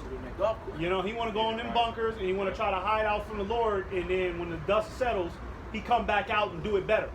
But nigga, when the dust settle, we gonna be right there to meet your ass, man. Okay, the elect, we gonna be right there to meet you with our new bodies. Okay, and we gonna have a chain in our hand. All right, and we gonna put that right on your neck, and you gonna march your ass across the earth and clean up the bullshit that you did, man. That's right. You know. I got a precept. You got something good? This is Obadiah verse 3. Right, I'll start at the top. The vision of Obadiah, thus saith Yahweh power concerning Edom. We have heard a rumor from the Lord, an ambassador is sent among the heathen. Arise ye, and let us rise up against her in battle. Behold, I have made thee small among the heathen. Thou art greatly despised. The pride of thine heart hath deceived thee. Thou that dwellest in the clefts of the rock, whose habitation is high, that saith in his heart, who shall bring me down to the ground? Yeah. You know, Esau, he's at a low point. Nobody wants to be an Edomite, man. Nobody wants to be around Edomites. That's why, you know, Edomites, you notice, they don't mingle with regular people. They gotta have some party somewhere else. They gotta do their little festivities. They gotta set up their own little shit now. They can't just mingle with people because they're despised amongst everybody. Everybody's looking at them like, who is this? Especially Get this nigga out of here. the American Edomite and the small hat Edomite. Small hat. Everybody else hates them. You know, nobody. Edomites that jump on their ass. Yeah. Like Edomites in the UK and shit, they don't like American Edomites, and they don't like the small hat. Russia is an example. But continuing, it says, though thou exalt thyself as the eagle, and though thou set thy nest among the stars, thence will I bring thee down, saith the Lord. Yeah, the Lord. So we're in that process where the Lord is bringing this devil down, right? It's a process. Just like when Moses went to Pharaoh, it was a process. It didn't just happen that day. It was a process. The Lord, okay, I'm gonna incrementally bring plagues upon Pharaoh, right? I'm gonna break down his economy. I'm gonna kill his firstborn. You know what I mean? So that's what the Lord is doing. The Lord is squeezing. The Lord is draining this society out to the goddamn to the nugs, man. And then eventually the Lord just gonna wipe it off the earth. You know? It says, if thieves came to thee, if robbers by night, how art thou cut off? Would they not have stolen till they had enough? If the grape gatherers came to thee, would they not leave some grapes? How are the things of Esau searched out? How are his hidden things sought up? Yeah, like when it was talking about the thieves. If a thief steals something, a thief don't go inside of the house and then pick up the house and run away. He just go up in there and grab what he want and get out of there. Esau got the mentality of not only pick up the house, nigga, buy the land, take the house, take the neighborhood, take everything. Nobody deserves anything but me. You know what I'm saying? And that's a greedy demonic mentality, man. You know what I'm saying? When King David sat on the throne, King David thought and strategized, how could I create wealth for everybody? You know what I mean? King Solomon, how could I generate wealth for all of my people? Right? Esau, he don't even think about his own people. He didn't left his own kind out here. You got Edomite crackheads on the street. You know what I'm saying? He didn't, he's so greedy, he don't even care about his own people, man. Yep. And that was his mentality from the jump. Going back to their forefather, Esau. Selling his birthright. He said, what good is this going to do me? Yeah, it's going to benefit my descendants, but shit, I don't give a fuck. Well, instinctively, it's like he knows he's the basis of all men, so he has this insecurity complex to where we just read it. I got to deliver myself from you. Because if this nigga wasn't wicked and didn't have that sword, all the nations would literally wilderness. Moab, everybody, nigga, shut up. Yeah, that's why Cain, when he got that mark put on him, he told the Lord, like, damn, if anybody see me, they gonna kill me. Yeah, and one thing, like you said, insecure. Somebody that's insecure, they're quick to go on the offensive. Oh yeah. That's why when Cain, when he got that mark put on him, he gathered up some other wicked niggas, and they became like murderers in the earth. Yeah. But Cain started that offensive assault because he knew that he was a target. So then he start killing people first. The coward, you know what I mean? Cain and Abel shit when he was back turned. Yeah. Punk ass nigga, man. Verse 7 says, all the men of thy confederacy have brought thee even to the border. The men that were at peace with thee have deceived thee. It says, and prevailed against thee. They that eat thy bread have laid a wound under thee. There is none understanding in him. Yeah, Esau, because Esau, he had a lot of confidence, with his alliance with the European Union. Right. You know what I'm saying? He had a lot of confidence. That's the main thing, y'all.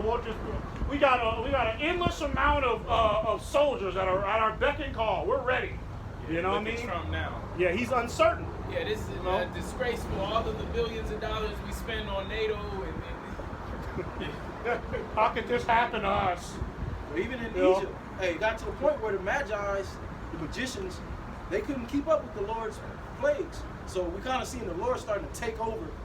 Like, nigga, it ain't even gonna be explainable to them. Just nothing's gonna work for them niggas. Like it's not now. Right. They can do all the boasting they want, but you have no military. Yeah, they keep showing these videos of Benjamin Netanyahu making public appearances, but then everybody keeps pointing out, wait a minute, this is an AI video. The nigga got 6 fingers in this video. Or he just had a button on his fucking shirt magically appeared. Right. So they can no longer control the narrative. They only gonna keep deceiving these dumbass regular people. Yeah. That's it. The Lord gotta put some respect on his name. The scriptures say that. He gonna do it for his sake only. He not gonna do it for our sake. We gonna get some respect, but we done gave the Lord a bad name in this land. So it's gonna get to the point where people gonna have to say, you know what, this is a biblical proportion. Right. You know what I'm saying? This is God. We might not know his name, but that's how many people gonna have to die. That's right. This is Isaiah 14:13. For thou hast said in thy heart, I will ascend into heaven. I will exalt my throne above the stars of Yahweh. I will sit also upon the mount of the congregation in the sides of the north. I will ascend above the heights of the clouds. I will be like the Most High. Yeah, that's Esau's, that's his wet dream. People with these devils is saying at the World Economic Forum, that homosexual Noah Harari, right? He said humans are hackable animals.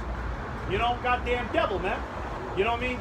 The shit that they say at the goddamn World Economic Forum, they basically believe that, you know, this is our time to take over mankind entirely. Yeah. You know what I'm saying? This is our chance to, you know, be God on earth through technology, through AI. You know what I'm saying? That microchip. That microchip, man. Yep. Think about the wording of it. World Economic Forum. All right. One world global currency. That's what's coming. This is back in Isaiah 14 and 15. Yet thou shalt be brought down to hell, to the sides of the pit. Yeah, okay, now, when it says brought down to hell, it means brought down to a low condition. So I want to see somebody in Christianity break that down. You know what I mean? Because they believe hell is that underworld. What does it mean when it says that this man, right, the man of perdition is going to be brought down to hell? That's a question for you Christians. That word hell actually is shawa'al, which means the grave. So death, but then there's a spiritual, but like I said, these people that make mythology and fables, there's a spiritual, like the underworld, not the real underworld, how they say it, but the demons. Yeah. Or like just a terrible condition, death. And see, all of this mythology bullshit, this is all characteristics of Jake's. You know, because Jake really started all this shit out of the Roman Catholic Church. You had that nigga Constantine. You know, he's the one to blame for all of this mythology, immersion, paganism, and, you know, Christmas and shit, trying to tie it into the scriptures. That all goes back to that demon. But Jake, that has always been in Jake, because then you got Norse mythology. Yeah. Right, that was Jake. You know, taking things that were based off of, you know, the truth, the scriptures, and, you know, coming up with Thor and Zeus and all that bullshit. So that it makes sense why today, you know, out of the black Christian church, they love to believe that shit. I got a free. Superstition. And that was 15. I want to go to 23. Okay. This is Deuteronomy 30 and 3. That then Yahweh thy power will turn thy captivity, and have compassion upon thee, and will return and gather thee from all the nations, whether Yahweh thy power has scattered thee. And it brought up turn thy captivity, because all the curses and all the bad stuff that we're going through now, the Lord's going to put that on the other nations. That's right. Okay, in 1,000 years, we're going to have a good time with y'all. I mean, after that 1,000 years, we're going to have a barbecue too with Esau. Yeah. To throw his ass in the pit and burn him up. Hell yeah. The rest of the nations, y'all going to have a little bit more freedom, but y'all still going to be tributary to us for the rest of your life. It ain't going to stop. Okay, now we get to do what we want. No. You still got to pay tribute to us, but you have a little bit more elbow room. Right. This is back in Isaiah 14 and 16. They that see thee shall narrowly look upon thee, and consider thee, saying, is this the man that made the earth to tremble? Yeah, is this the big bad bully of the earth? You know what I mean? Especially because, you know, these other nations, they got access to the internet too.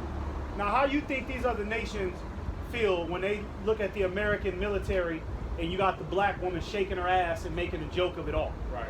They looking at that shit like, look at this dumb ass. Look at America, man. Yeah. They got a there's a homosexual nigga doing Vogue. You know what I'm saying? He got the army fatigues. This nigga doing Vogue on the goddamn military base. The other nations is looking at that like like you know, are they supposed to be a big bad bully? Look what they got going on over there. It's giving the battery in their back. Actually. Yeah.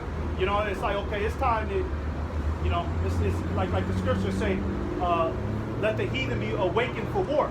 Now is the time, man. Okay? So that's how these other nations feel. Now is the time to strike. This is what we've been waiting on for. Like you read in Obadiah, where it says, you know, your allies have deceived you, right? Basically, America's allies have just been waiting dormant. They just been laying dormant, waiting for the day where America gets that little chink in their armor. Now they see it. Okay, it's time to move now. You know what I mean? Perfect. You know what I mean? They're degenerate. We're trying to also divide and spoil, you know, with Esau, but not accounting that the Lord was, they done got too greedy. So they're like, you got a small fraction of them that just want everything. They ain't, you know, the nation was like, okay, we all gonna get a piece, but they didn't account of James 5. Right. You know what I'm saying? All that shit is corrupted. And you can see these other nations trying to get on our good side, low-key. Putin, he brought out that Russian icon book. So the other nations are kind of like, damn, the prophets are over there. These brown-skinned nations over there, they know who the prophets are over here. They're higher luminaries of these other nations. So it's kind of like they low-key choosing. They want to stay in power too, but it's like, shit, we ain't gonna beat the Lord and these people really. Fuck you, Esau. Like he's losing that respect. Yeah. You know what I mean? Go ahead. Back at Isaiah 14:16, that did shake kingdoms, that made the world as a wilderness, and destroyed the cities thereof, that opened not the house of his prisoners. Yeah, the Israelites. All right? Esau, he didn't open, Jake think that, okay, we get money of black reparations. Black man finally sit at the meetings with the white man. We can discuss world affairs, right? So Jake think he's free. He still ain't opened up the house. He ain't gave us no liberation. And it ain't in his authority. It's Yahweh Bashim Yahushai that gives us the liberation. But Esau could have, he could have did something as simple as, let me tell you that you're the Israelites, man. You're the true sons of God. He's still lying to Jake. You know what I mean? You go get a job application. Why does it still say African American, Mexican, Native American? You know what I mean? He's still lying. He's still trying to keep our people on the loop. He's still got sexy red. You know what I mean? He's still trying to come up with these distractions. At this point, right, Esau should be letting everybody know, look, this is what's going on. We're going to war. Okay, we got to do a draft pretty soon. The economy is getting ready to fail. But Esau, he's still trying to keep people in that delusion. He's still trying to keep people in that prisoner state. Yeah, that's what. Oh, it's a lot. Go ahead. Now, I'm just gonna say he was set up to deceive the nation. So yeah. Yeah, because these other nations, they're getting their citizens prepared. Yeah. Like Russia. They're straight up telling their citizens, like, look, we're headed towards nuclear war. Trying to prep them, even though there is no way you could prepare carnally for nuclear war. But here in America, like you said, they just keep pushing this bread and circus and this folly, these fucking distractions, man. When in reality, they should cancel the Olympics, cancel the World Cup. It shouldn't be no more fucking NBA, NFL, or any of this silly shit.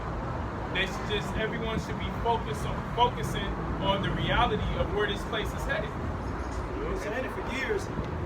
He got to transition from being this so-called dude that everybody worshipped, being the good guy, Superman, to just admitting he's the devil. He been claiming he was us. Yeah. So that's a hard transition because he knows it's just go foot on the gas after that. He's lied for so long. Yeah, he's been Superman with that destroy the temple right there. Yeah. And now it's going to be fitting for Jake to be Superman. And these Edomites, these generation of Edomites, they got a long history. Like these Edomites that we see today, the American Edomite, a long history of his forefathers telling him that he's the good guy and that what happened to the Negro Latinos was justified and America is the greatest thing that ever happened to us as a people. But now Esau's starting to realize, like, damn, we was actually the villains the whole time. We fucked everything up. You know what I'm saying? The lie is unraveling right in front of him, man. You know? Yeah, go ahead. This is the book of Ecclesiastes chapter 8 and verse 12. Though a sinner do evil 100 times, and his days be prolonged, yet surely I know that it shall be well with them that fear Yahweh Bashim Yahushai, which fear before him. And Esau ain't been fearing since the beginning, man. Since the beginning of America, he's been claiming to be the Lord, man, or the people of the Lord. He has no fear. He's been entitled, and now that he's losing his confidence, we see that it's gonna be better with us, man, the elect.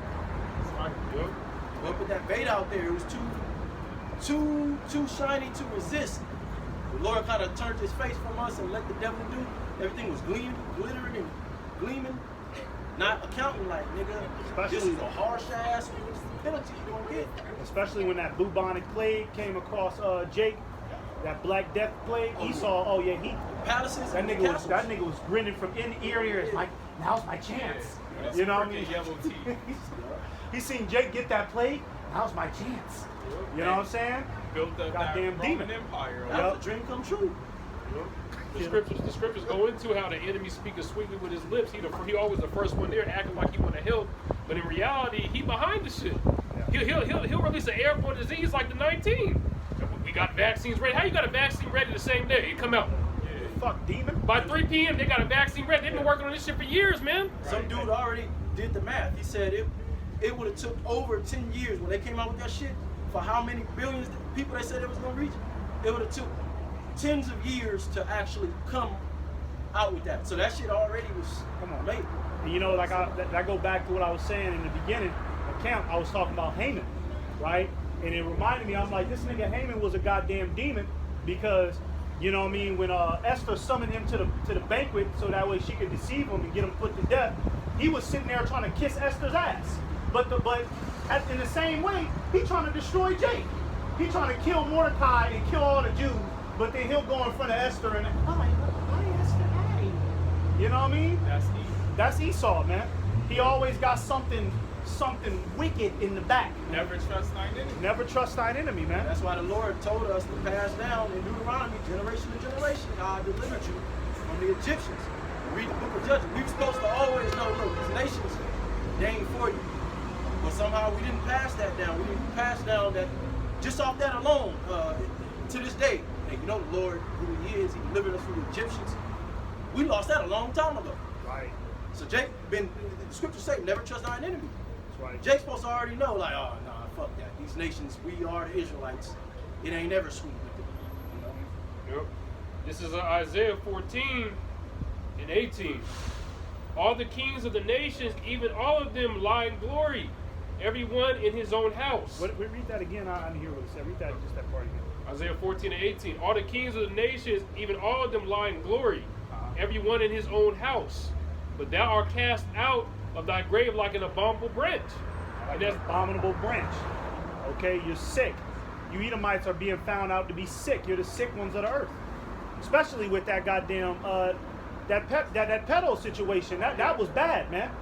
That was a stain on Esau, man, when that came out. You know what I mean? Like, you know what I mean? Like, that's what y'all been doing on these islands. Y'all really been, you know what I mean? Y'all been, so all of these missing kids, it's been him.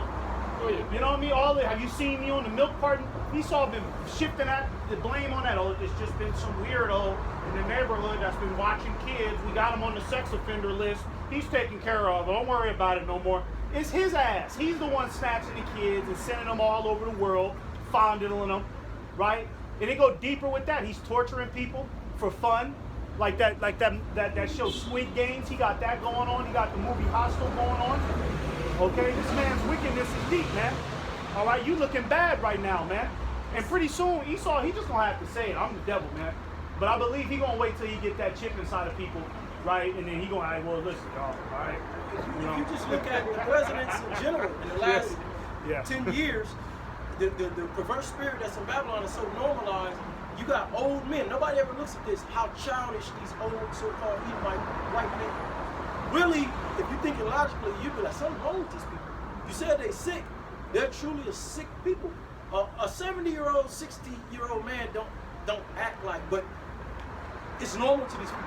Look at the way Donald Trump and these guys act. They act like children. Yeah. They act worse than children. Yep. Like degenerate, bro. But nobody can see that with the physical eye, you know, because that's the normalcy of this world. It's literally a caveman with a tuxedo on the television telling people lies, man. That's literally what we're watching. But everybody's in that spirit. Trump earlier said, earlier this week, he said if we were going to war and send troops out there, he wouldn't tell you people. Yeah, he did say that. Yeah. And read that verse again. Isaiah 14 and 19. But thou art cast out of thy grave like an abominable branch, and as the raiment of those that are slain. Go before that and then read into that. This is Isaiah 14, starting at verse 18. All the kings of the nations, even all of them, lie in glory, everyone in his own house. But thou art cast out of thy grave like an abominable branch. See, so really these nations, they don't even want to do deals with you no more. All right, they're not trading in the petrodollar anymore. All right, when Iran said all countries are welcome to the Strait of Hormuz, you know, except for the enemy, you know, but you got to pay, so you got to pay them in a different currency if you want to trade, and they're doing it. Right. You know, that's Esau being casted out as an abominable branch. You know, these NATO nations said they don't want nothing to do with this war. Some years ago when it came, you know, that pipeline with the Russia-Ukraine shit, and you know, when it found out that America was behind that, Germany, which is a NATO nation, told America to pack up all their shit at these bases and leave the country ASAP. Esau is being kicked out the club. Yeah. You know, his membership is being revoked. Yep. You know what I'm saying? Like, nah, nigga, you a slimy ass nigga, man. You know what I mean? But in particular, the American Edomites. Yeah, the American Edomites. Babylon the Great, because even these other Edomites are frowning upon the American Edomite. Yeah, he's that nigga in the club, like the toilet keep clogging up, the pipes keep bursting. You're like, what the fuck is going on? You come to find out it's this nigga. He been rigging shit. You know what I mean? He been doing little sneaky shit behind people's back, fucking up the club, right? Trying to get an advantage for himself. Eventually you gonna have to confront a nigga like that and say, hey man, you gotta get up out of here, man. You can't be a part of us no more. You know what I mean? You can't be trusted. The American Edomite cannot be trusted anymore, man. You know what I mean? Even the other Edomites want to see him. Hey, Isaiah 14. The earth, the people gonna rejoice once this nigga. That's how bad it is. It's like fuck. Well, you know what? Anybody? Yeah, bring the Israelites in. That's almost where it's at. And we don't even talk about, all of these soldiers that's in the American military that then went out to these other countries and sexually assaulted all of the women, right? So the nations is mad about that. Like, these goddamn Edomites that came over here, took over, and then start, sexually assaulting our women. Anybody would be mad about that, man. We mad that he did that to our women. So imagine how they feel. Right. You know what I mean? So yeah, Esau, you American Edomites, you're a slimy, you're a slimy, you're a shady business partner. You're a janky promoter. It says, and as the raiment of those that are slain thrust through with the sword, that go down to the stones of the pit, as a carcass trodden under feet. Thou shalt not be joined with them in burial, because thou hast destroyed thy land and slain thy people. The seed of evildoers shall never be renowned. Yeah, so that's ultimately Esau. He's gonna be cut off. Everything he built is gonna be cut off. All right, in the kingdom of heaven, there's not gonna be a glimmer of anything that he established. Right? It's gonna look like an entirely different world. You know what I mean? That's why it's always talking about Babylon the Great being made desolate. Nothing shall be able to be inhabited here. Right? Because the Lord is going to completely do away with everything Esau got going on, man. All right? Because everything he got is wickedness anyways. He did it all in wickedness. The whole American system is based off the backs of what? The slaves of the Negro, Latino, and Native Americans, the true Israelites. It wasn't, these devils that run around here and act like they got this off of a fair shake and it was a good treaty. It was, two men shook hands and y'all did right by each other. No, nigga, you did a lot of backdoor demonic shit, okay? And then at some point, it even tell you how a lot of them, like them devils that was going to war with Gad, right? Esau, he started to type into black magic to come after Gad. You know what I mean? He tried to pull out. Okay, I know what we gonna do. We gonna get Satan on. Well, he played there. He used disease warfare. Yeah. With the smallpox. I got a quick precept. This is Nahum 3:1. It reads, "Woe to the bloody city! It is full of lies and robbery. The prey departed not." All right. So America, Babylon the Great. This is the bloody city that was established by bloodshed. Like the brother was going into the tribe of Gad, the so-called North American Indian, slaughtered millions of them on this land, but not just with the sword, mostly by disease. You see that this devil, he doesn't play fair, but he'll shake their hand, sign a treaty with them, have dinner with them, and then when they go home at night, and then the next morning they go out to hunt, and he'll go to the village and slaughter all the women and children. I'm sure he had natural diseases too, because he was violent. Like when you go to certain countries, if you're not used to that type of, you might have to get certain vaccines that are, so you can withstand those diseases over there or whatever. But a lot of these Edomites say that we didn't build this country up. What we mean by that, when you go into the Renaissance, this devil, he took the math. We had the math. He was a caveman.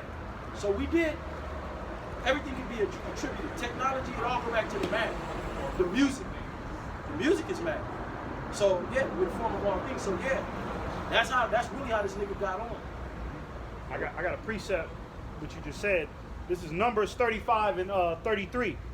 It says, "So ye shall not pollute the land wherein ye are, for blood it defileth the land, and the land cannot be cleansed of the blood that is shed therein, but by the blood of him that shed it." You see, like you were saying, the bloody city. So this land is full of the blood of the Negro, Latinos, and Native Americans and our blood is still being shed here, physically and spiritually. That's it. Esau is killing us, man. You know what I mean? The chemtrails, the air quality, the food, right? So his blood has to be shed for that, okay, for that recompense. You know what I mean? His karma has to come back on him, right? That way, that's how the Most High's anger is going to be appeased once the devil receives his due diligence, his due judgment, I mean. Right. You know? This is Isaiah 14:21. Prepare slaughter for his children, for the iniquity of their fathers. And that's what we, yeah, the slaughter for his children. So for a lot of you Edomites, I didn't have nothing to do with that. That was my forefathers. Well, it's already got you right here, buddy. Okay? Hey, the slaughter is prepared for you because you are your forefathers coming back. You just don't remember, nigga. You was a slave catcher. A lot of these Edomites we be seeing walking around, they be trying to act like, hey, how's it going? He might have been a goddamn slave catcher, man. He might have been in the Roman Empire, okay? You know, what do they call them niggas that handle the taxes? Tax collector. Tax collector, right? But you know, Esau, you know, he'll be a tax collector, but then put usury on Jake and make it to where Jake can't even survive. You know what I mean? You owe me this much. You know? Publicans. A publican, you know? So a lot of you Edomites, you're literally those same devils, okay, that was oppressing our people back then. Yeah, and regardless of that, you Edomites still benefit off of what your forefathers have done. Right. All right. If it wasn't for the slave trade and the money you got from picking cotton, that's how you funded the Industrial Revolution. There literally will be no America without, you know, you doing all of the wickedness you've done to the Israelites. That's why the scriptures say that. I was going to say that. Woe unto him that divided the spoil with fools. All you people, really, you don't have to be a descendant of the actual slave. You divided the spoil. If a nigga go hit a lick at this restaurant for 10,000 right now, and I run up over there, hey, let me get 200. Yeah, he's a hypocrite. He has in his own law, you're an accessory to the crime. Yeah, exactly. Yep. So you just as guilty as long as we can break bread. Yes. That's the spiritual Yeah, thing. because what? In the 1930s, or let's just, we don't even got to go back that far. Let's just say the 1980s, the late 1980s. Was the regular Edomite, was the American Edomite complaining about their status in this world? Were they complaining about the leverage that they have? No, they were flaunting it in front of Jake's face. You know, in the 60s, they was running Jake out the neighborhood. Get out of here, nigga. You don't belong in no white neighborhood. You can't drink this water. Boasting on that slavery shit. You know? But now that grocery prices are so high, now they got to complain. Yeah. Now they trying to be with us. Yeah. I understand your pain, Yeah, man. because a nigga with fentanyl is walking around hunched over in their neighborhood. Yeah. Now they want to complain. Yeah, this ain't right. All that homelessness is in their neighborhoods. Yeah. Nobody trying to come together with you damn devils, man. You notice now Esau, you notice now these Edomites, they all trying to be spiritual. You know, like when you come across you know, one of the Christian churches, you know how they come out with that, I'll give you a hot dog spirit if you come. Yeah. But it's always an Edomite now that's trying to get you involved in some spiritual shit. He's trying to come down to your level. Nah, nigga, we ain't trying to join up with you, man. Okay? All the lies and the treachery you done, developed on this earth, man. Okay? It's the time of your exposure, man. It's not the time of unification with Esau. Go ahead. Back in Isaiah 14:21. That they do not rise nor possess the land nor fill the face of the world with cities. For I will rise up against them, say Yahweh of hosts. Now, why does it say that they do not rise anymore? Because the only thing Esau is going to do is deceive the nations. That's why when it talks about in the book of Revelation, where it talks about the Lord, pretty much, how does it go? Where it says, you know, where 1,000 years 4 period. corners of the earth to deceive the nations. Yeah, but it was the chain, the bottomless pit. Oh yeah. I'm trying. Loose and little season. Yeah. It's that. I just want that word where it talks about the. You know, let's get it. Let's get it. Let's get it. Here it is. Because it talks about when Esau, as soon as he got out, as soon as the Lord, you know what I'm saying, brought him back into his, you know, his right mind and took him back out of that caveman state, he came back out at the Renaissance period. What was the first thing he did? The very first thing he did was started to rewrite the images. He started lying. He started to deceive the nations. That's the first thing he did. Right? So that's why it says that he don't rise no more, because the only thing Esau can do, he just going to try to deceive people. What? Somebody got it? You want me to read it? Yeah. It says, this is saw. You want to start from the top? Revelation 20:1. And I saw an angel come down from heaven, having the key of the bottomless pit and a great chain in his hand. And he laid hold on the dragon. Which Salaki, that bottomless pit is Europe, you know, because it lacks resources. It says, and he laid hold on the dragon. Yeah, and the dragon represents the Roman, the Roman Empire. Laid hold on the dragon. Brought it down. He brought it down. That old serpent, which is the devil and Satan, and bound him 1,000 years. Yeah, that old serpent, the devil and Satan. Basically, it all points back to the so-called white man. Because who are the people that sat up at the top, right, in the Roman Empire? Esau, Edom. Okay, so the scriptures is basically calling the Roman Empire the devil and Satan, that old serpent. It grown into an empire, a whole goddamn dragon. That's a serpent is a mini-me of a goddamn dragon. They say, and cast him into the bottomless pit and shut him up, set a seal upon him. They set a seal upon him. That's when the so-called white man, when he was in that caveman state. You know what I mean? The Lord set a seal upon him. He was the so-called white man. He was the Bigfoot. You just seen the nigga in the woods and like, what the fuck is that?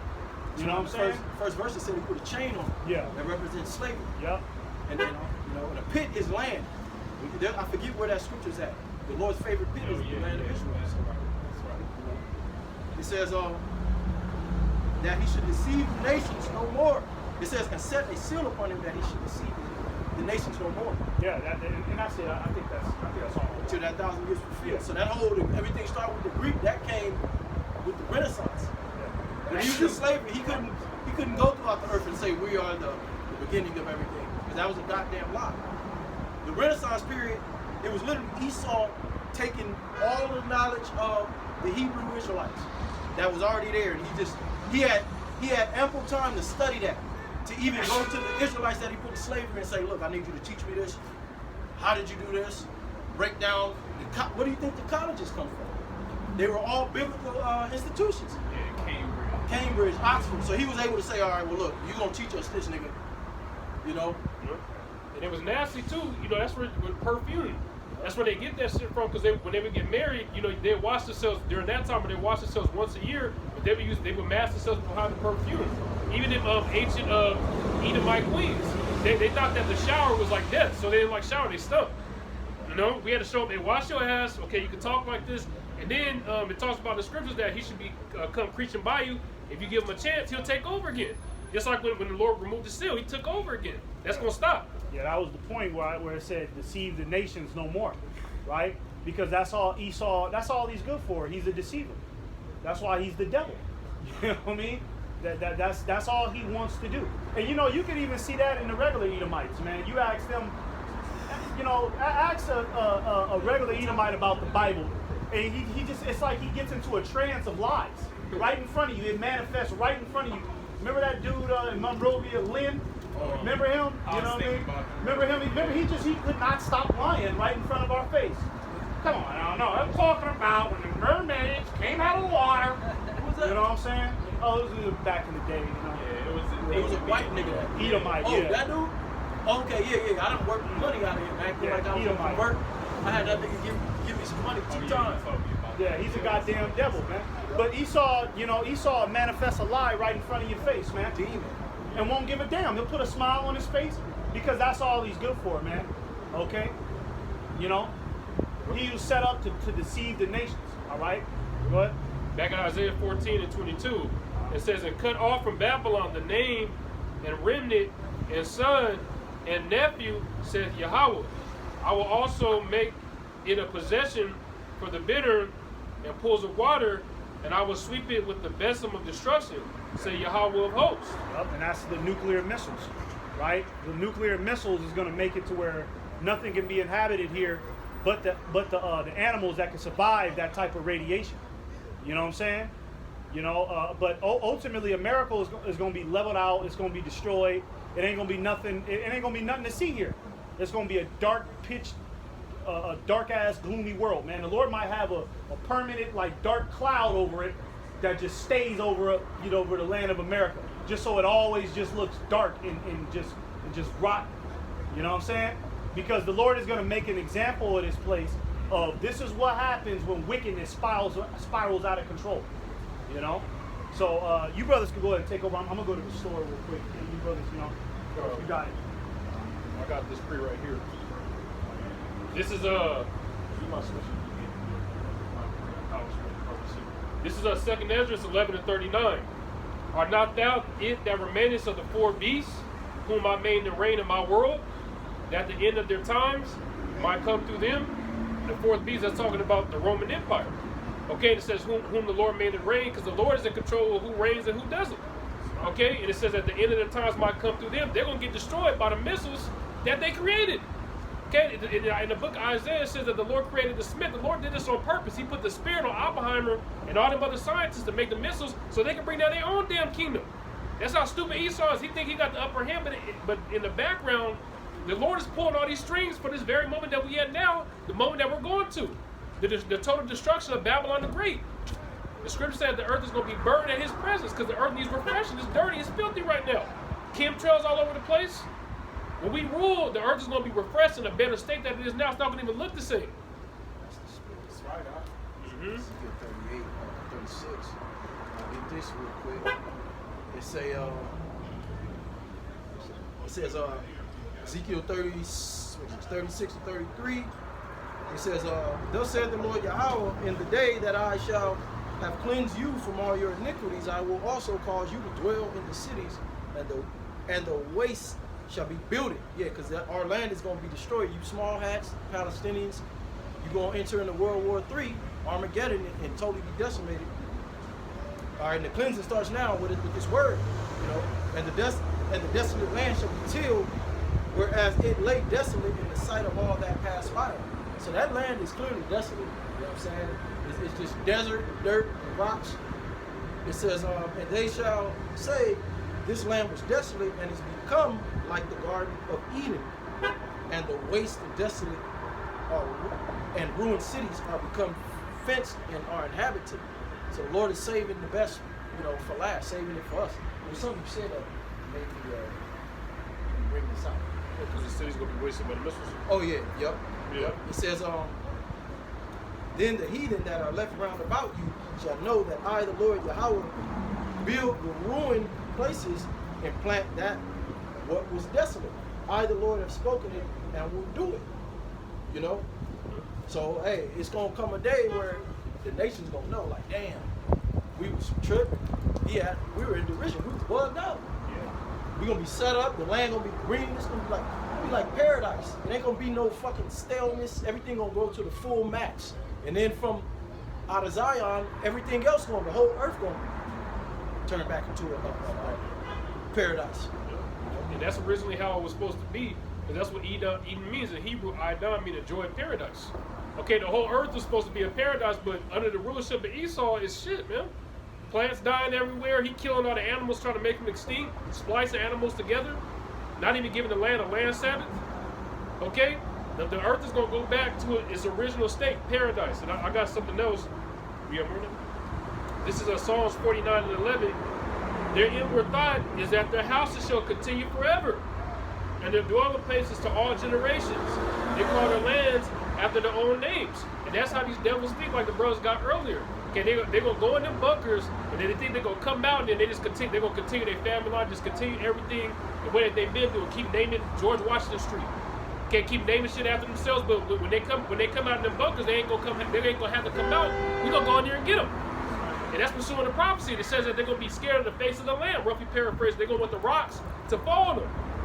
You see, we should get that too when they go into the bunkers, because that's what's coming, man. The Lord's gonna command the serpent, and He's gonna bite him to Leviathan. Okay, the Lord got this movie set up so perfect, we see it happening before our own eyes. Okay, there's a difference between reading it and actually seeing it. And the beautiful thing is, we're the only ones that can see what's going on. Okay, everybody else is dumbfounded. That's scary. That's like bros has said in the past. That's a scary thing for you to still be asleep right now. That's scary as hell. Romans the 13th chapter. It's high time to awake out of sleep. You want me to get that? What? Dance in the earth, the rocks. Yeah. Okay, this is Revelation 6 and 14. And this is talking about the nukes, plain and simple.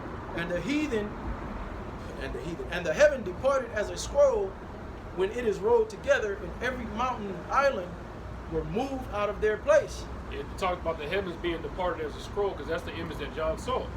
That's the image that he had in his head, a scroll, because it was that giant mushroom cloud from the nuclear missiles. Okay, that's what he saw, and that's what's getting ready to happen. And the kings of the earth, and the great men, and the rich men, and the chief captains, the mighty men, every bondman and every freeman, hid themselves in the dens and in the rocks of the mountains. It's talking about the kings, the so-called presidents, the leader Kim Jong-un, Vladimir Putin. Those are the so-called kings of today's societies. Okay, in North Korea, in America, you got Donald Trump, which he's not the real king, he's the puppet set up by the elite. Okay, so you're going to have all the top elite hiding out, which they're going to be falling into the plan to snare Yahweh Bashim Yashai. You guys are down here on purpose. We need slaves and we want y'all. Okay, we're going to be assholes to y'all too, man. They think they're down there comfortable. Okay, we're going to bust open that door, and whoever don't want to get in line, we're going to kill you. You're going to jail, man. Getting chains slapped on. You say, I said to the mountains and rocks, fall on us and hide us from the face of him that sitteth on the throne. That's how how you may know who the Lord is. He gave, You know, dig it to the pit, and my hand will take him. and from the wrath of the Lamb. And I was just gonna say, you got it, but that just shows you that they know who the Lord is, and they know what time it is. The scriptures are saying it. That's why they're getting up on the small hats, getting up on TV, talking about some Jesus and all of this. It's more of a psyop to you idiots. Still calling on some Jesus. They don't believe in no Jesus. That's why the small hats is waging war on you American Christians and calling you Esau Edom. Yeah. They don't adhere to Jesus. That man, they got you niggas so strict and duped. You American Christians. You know what I'm saying? Got it? I got I think it's the 5th chapter. Yeah, it is. It ain't gonna fly. Literally, the small hats, they've already come out and told you that Jesus Christ is a fake character.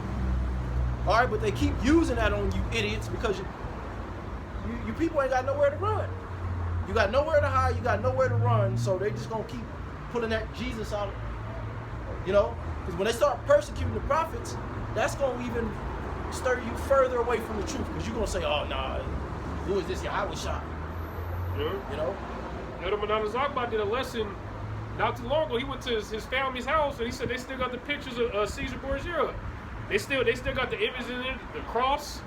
You know what I mean? Our people are brain dead, man, and it's sad.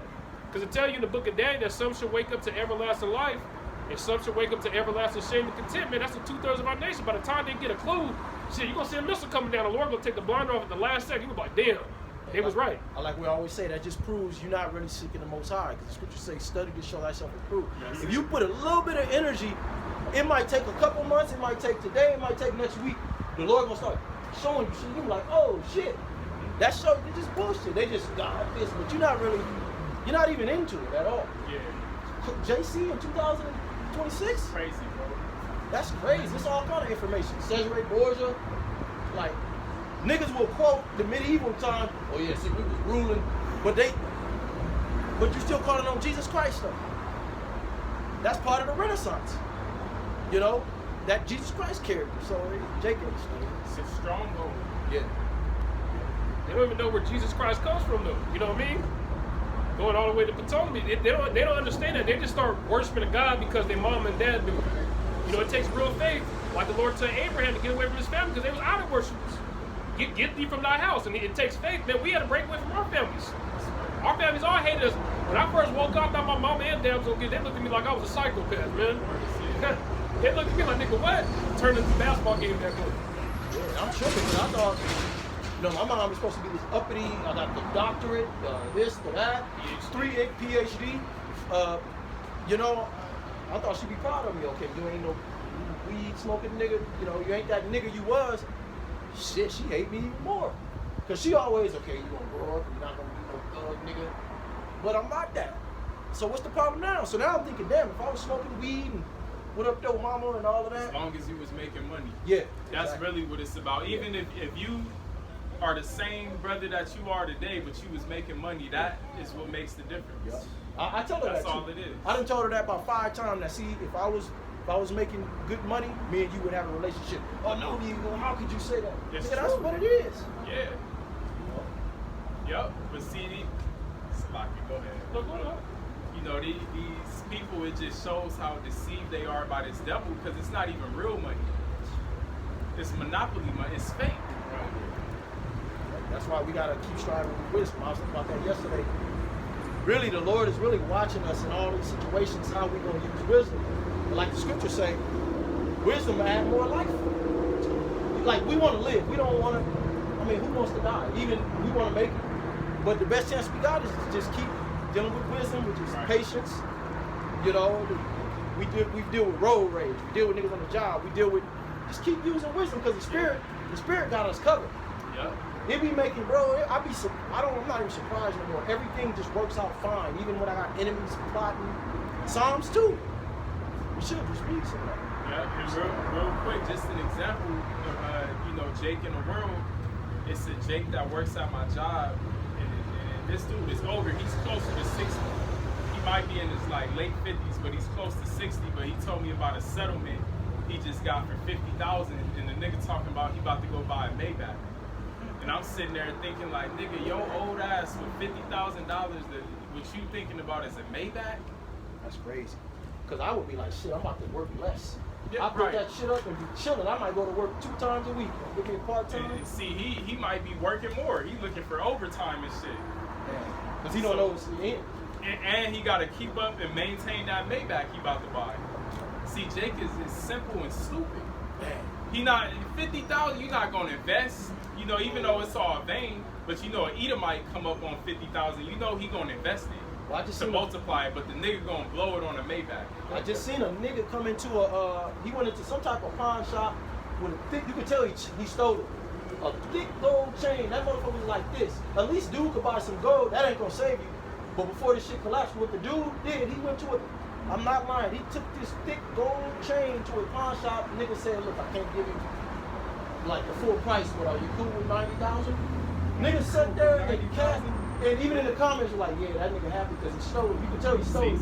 Cashed him out right there, 90,000. So that wouldn't even be smart.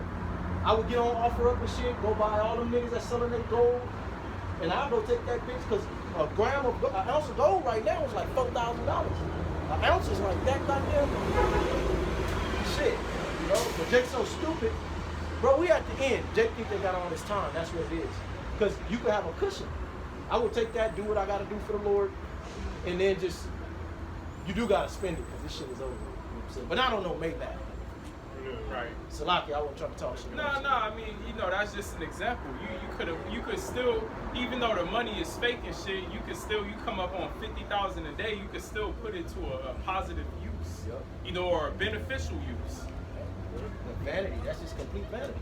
Like, nigga, Maybach, don't you know the power grid is about to go down and none of these cars are even gonna start up? None of these modern cars.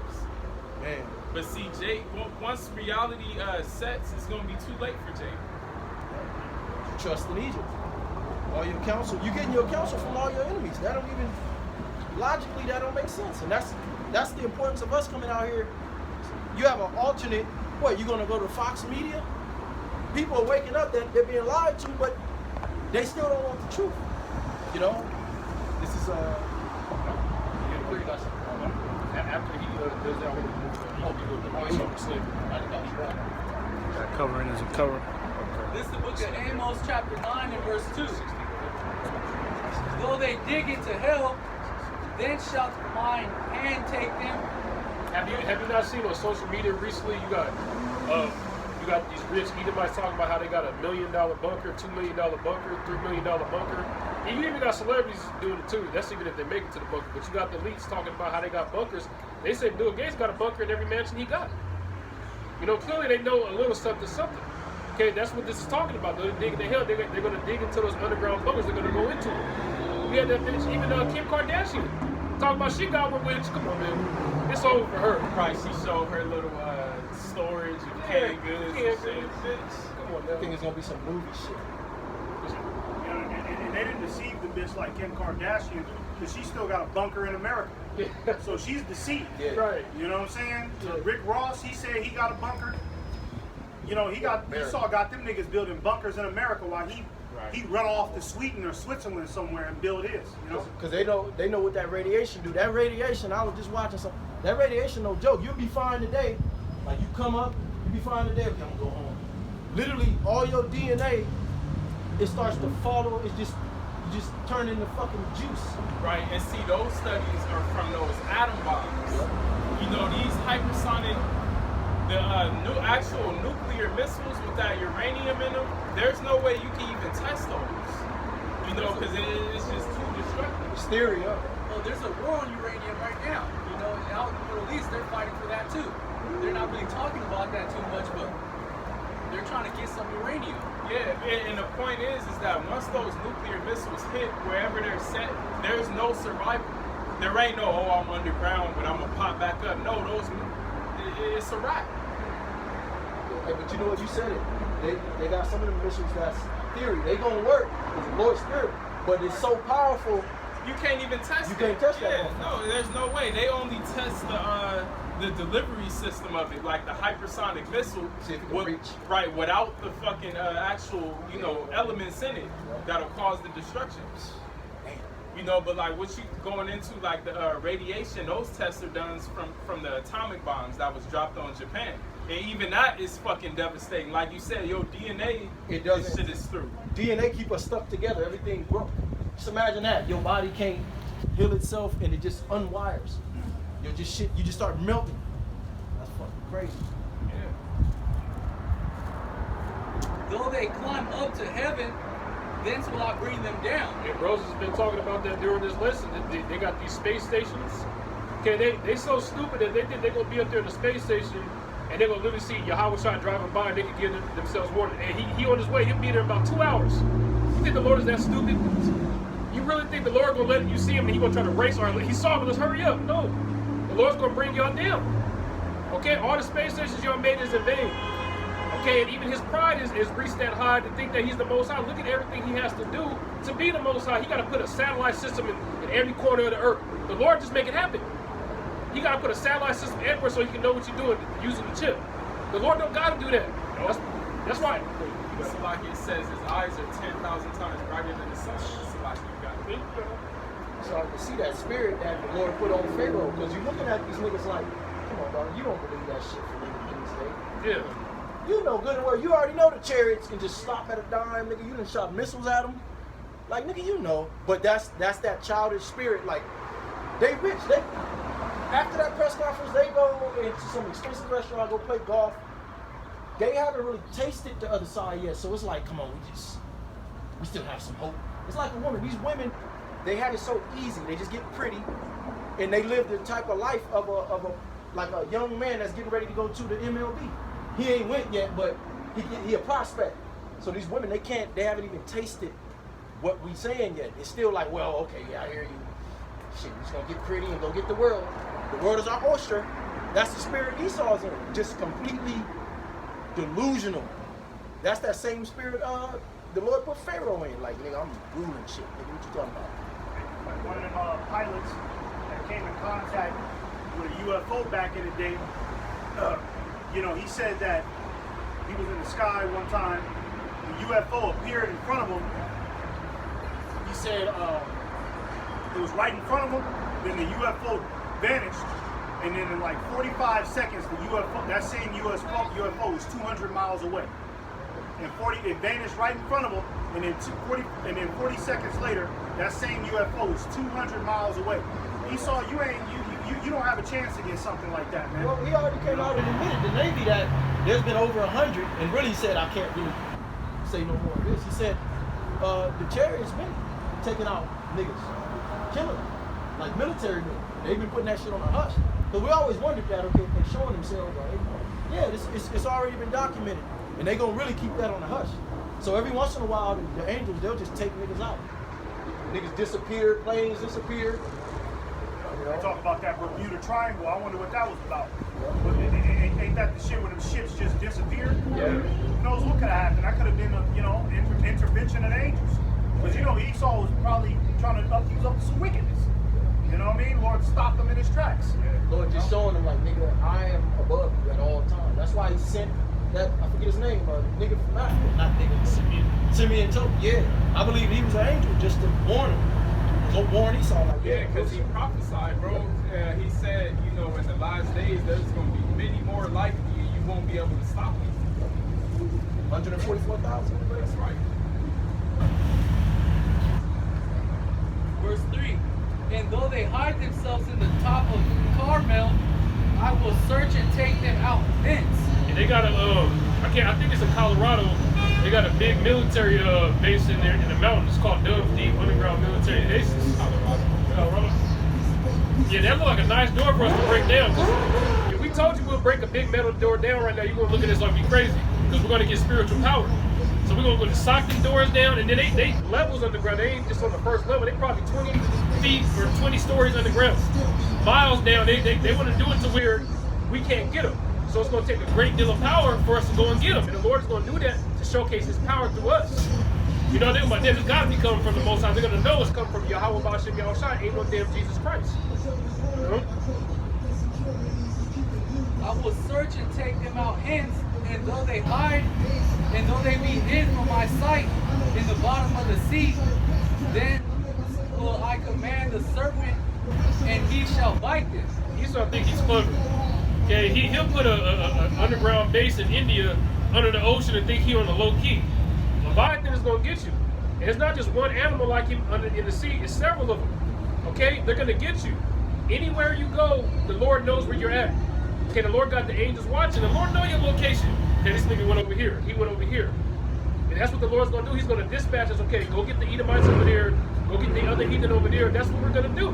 Okay, we're gonna come down and get you and throw you in chains. Just this morning, I was watching a video Elder Apostle Tahar posted about a doomsday fish coming down from Mexico, entering the shores, a doomsday fish, Yeah, the fact that fish has come to the shore that's it. Because it ain't no way you'll catch, I forget what they call that. That's one of the fishes that's in the black. It's all black? Yeah, well, you know, like when the deep space, like Marina Trench. Yeah, like when the ocean gets black, deep in that ocean. So for that animal to come up all the way up here, you know what I mean? That's something else. You know what I mean? Because see, like earlier we was going into how this devil fucked the earth up. You know, he fucked the ocean up. Like the ocean, oil spills, radiation, nuclear spills. Alright, so all of that activity has affected the marine life. So now even animals in the deep part of the ocean are being affected by it. Through the spirit. That's probably why that doomsday fish appeared. Yeah. Because he sensed something was off about his habitat. Right. So he's like, what the fuck is going on up here? And in the video, the scientist that was reporting it said that when they go up, they're committing suicide. So Yeah. Straight up.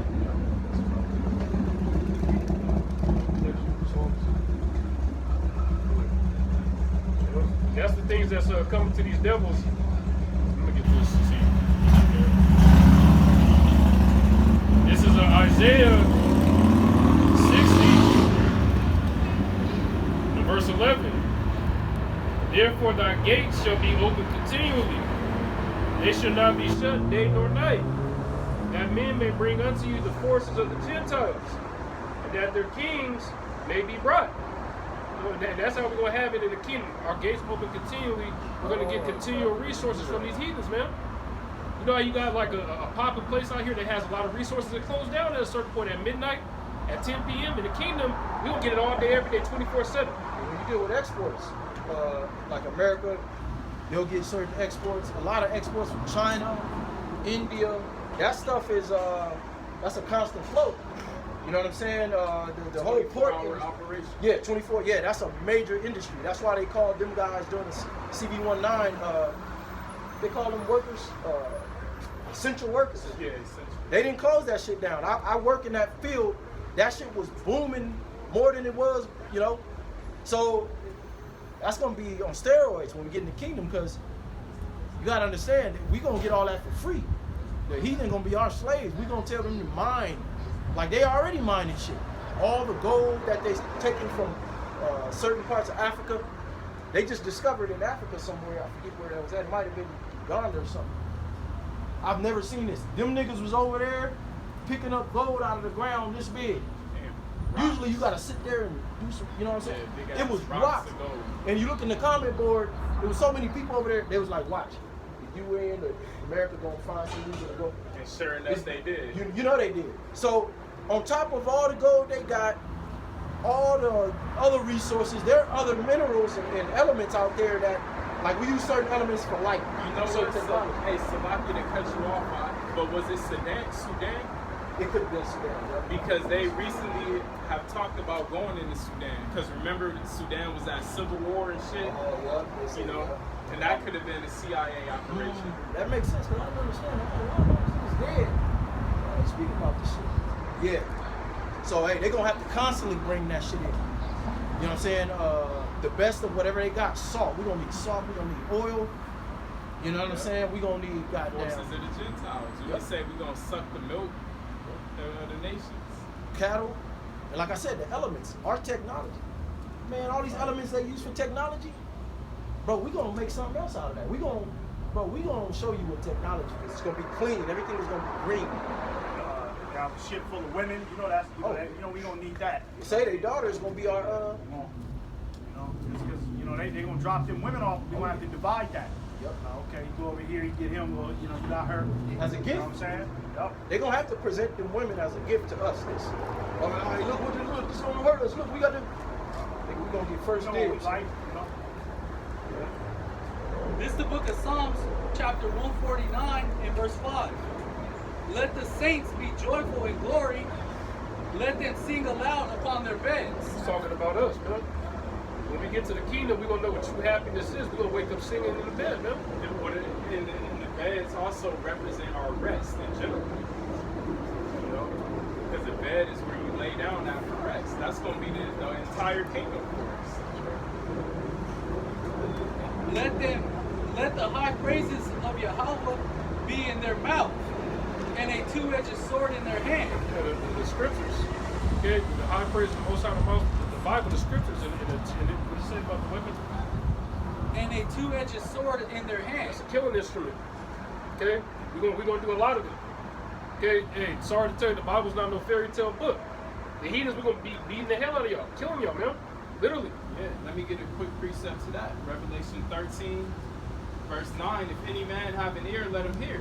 He that leadeth into captivity shall go into captivity, right? Because all these nations took part in the captivity of us Israelites at one point or another. It says, and he that killeth with the sword must be killed with the sword. Here is the patience and the faith of the saints. So that's it. We know you Edomites are going to be exterminated at a certain point. All right, but even you other heathen nations, when you go off and try to do your own thing, you're going to be straight up put to death. Right now, you get the spiritual beat down. This word is causing you to bug out. Just scramble. Nigga don't even know what they're doing no more. You talking about the higher ups. You've been revealed. You know what I'm saying? So the word is a two-edged sword. So you get a double whammy. Verse 7, to execute vengeance upon the heathen and punishments upon the people, to bind their kings with chains and their nobles with fetters of iron. That's gonna be an honor. Okay? That's gonna be an honor. I'm jumping ahead. Good. To execute upon them the judgment written, this honor have all his saints, praise ye Yahweh B'Shem Yahushai. You see, so it's gonna be an honor for us to put these heathens, especially Esau's ass, into slavery. If you go into, I guarantee you, if you go into a Christian church with that scripture, they will get emotional. How dare you say you're gonna put the white person, a Chinese person in slavery? They will get emotional. Yeah. But it's in the scriptures. That's right. And I feel like in the cemetery schools, they skip past these type of verses because the people gonna start waking up. Hold on, what you mean they're gonna put them in slavery? I thought it was supposed to be about peace. It is gonna be peace. Okay, when we're ruling. Okay, when Yahweh breaks his kingdom down and we start ruling under him, then it's gonna be peaceful. Right now, it's not a rest. It tells you that in the book of Micah. And that's Jake's problem. He tries to make this place his rest, like, you know, Hakkad and him. I got a new truck, a new house. The Lord don't want us to be too comfortable. You ain't gonna want to do the work. Make it worse. You got all these attachments. I wouldn't even want that right now. Well, I'll take it. Go floss on some cigars, get some box real quick. But that should just be like some fun for a minute. I wouldn't want to be attached to all this shit, like, and then all hell break loose. You gotta let that shit go. I got a precept real quick. This is 1 Samuel 2 and 8. It says, He raiseth up the poor out of the dust, and lifteth up the beggar from the dunghill, to set them among princes, and to make them inherit the throne of glory. For the pillars of the earth are the Lord's, He hath set the world upon them. And that's talking about us being risen up from our low estate. You know what I mean? We're the poor, right? We're the beggars, right? And the Lord is going to set us among. The Lord is going to set us up for glory. You know what I mean? The Lord is going to put us in the stead, all right, to where we'll have an honorable name everywhere we go. No more, you know, that bullshit. Oh, you're a Mexican. You got this stereotype. You're a black person. This stereotype. They're not going to talk about the Israelites like that no more. They better not. You know what I mean? Because when they see us, right, the glory of Yahweh Ba'Shem Yahushua is going to be on us in their face. We're going to be covered in gold. We're going to be covered in all sorts of jewels. We're going to have everything that the heathen can ever want. Yeah. We're going to be the men that our people look up to, right, for wise guidance, right, and setting the standard of what it means to be a true elect member of Yahweh Ba'Shem Yahushua. You know? This is an ancient covenant that the Christians try to black out between Abraham, Isaac, and Jacob. I'm just going to read this and follow you up real quick. This is Jeremiah 33 and 22. Let's go back to why you devils are bugging out. We're going to start at 21. Then made also my covenant. Okay. Oh, I got to start at 20.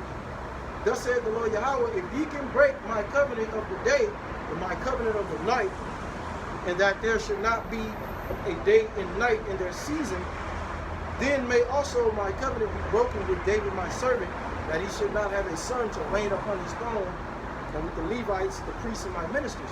So this is like a statement to you Edomites.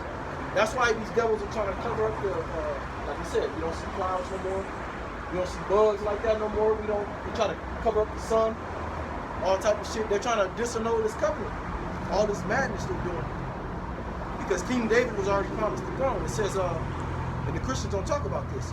As the host of heaven cannot be numbered, neither the sand of the sea be measured, so will I multiply the seed of David, my servant, and the Levite that minister unto me. These devils claim to know how deep the ocean is. You know, the deepest part of the ocean. All that different shit is witchcraft. Trying to like put themselves in the place of the Most High, to where it's like, you know, you can forget about the throne of David. You already got this. It says, moreover, the word of the Lord Yahweh came to Jeremiah, saying, considerest thou not what this people have spoken? What this people have spoken, saying, the true families which the Lord hath chosen, he hath even cast them off? Question mark. No. Thus, they have despised my people, that they should be no more a nation before them. Thus said the Lord Yahweh, if my covenant be not with day and night, and if I have not appointed the ordinances of heaven and earth, then will I cast away the seed of Jacob and David my servant, so that I will not take any of his seed to be rulers over the seed of Abraham, Isaac, and Jacob, for I will cause their captivity to return and have mercy on them. So the throne of David is already established. And that's a strange thing to you religious people, because literally the King David is coming back, the Lord himself. David is going to be up under the authority of Yahweh, who's figuratively called JC, and which represents the 144,000, all the way down to the lowest men, us up here. So the house of David is already, that's set in concrete. That's all I'm trying to say. Which you never hear about these Christians speak about the house of David, like Elder Yashua always said. So the Lord is literally, I don't know the word I'm trying to use, he put out a decree out there to you Edomites, so-called white man. If you could literally number the sands of the sea, if you could number the stars in the sky, if you could figure all this shit out, then maybe not possible. It's not possible. For our brain capacity right now. Anybody. You see what I'm saying? you know, he's stupid enough to actually be trying it.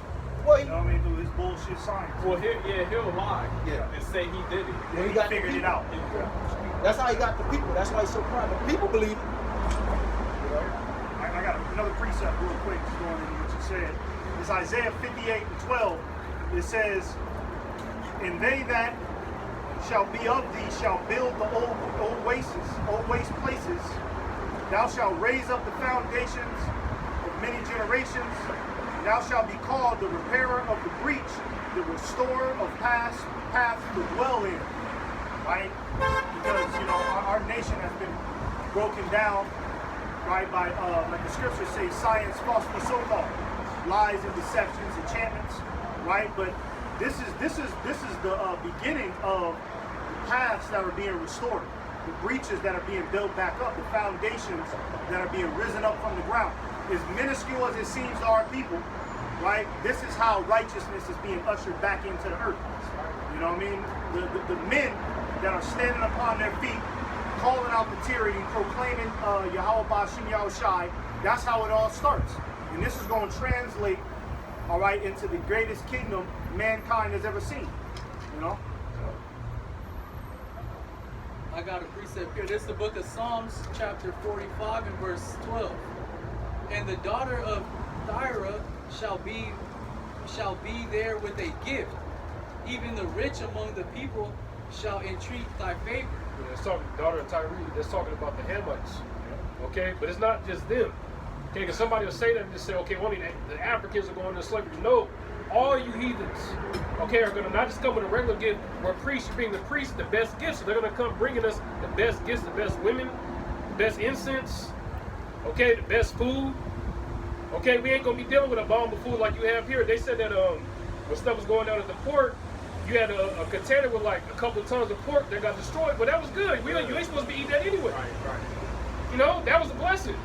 Okay, and it brought up that they're going to intrigue of us. We're going to be balling so hard that they're going to be just like us. They're going to want our favor. Walking around with chains on our necks, crown. Okay, they're going to be just like us. Man, look at the Israelites. Remember that story in the book of Kings when the Queen of Sheba came? She was amazed, like, damn, they really got it going on, even the doormen. Right now they want to be like Esau and Edom. Look at the leadership of the Moabites. They wear suit and ties just like these devils. You got more on? This is Obadiah, verse 15. "For the day of the Lord is near upon all the heathen." Right? Like the brother said, not just the Hamite, all you heathen nations. "As thou hast done, it shall be done unto thee.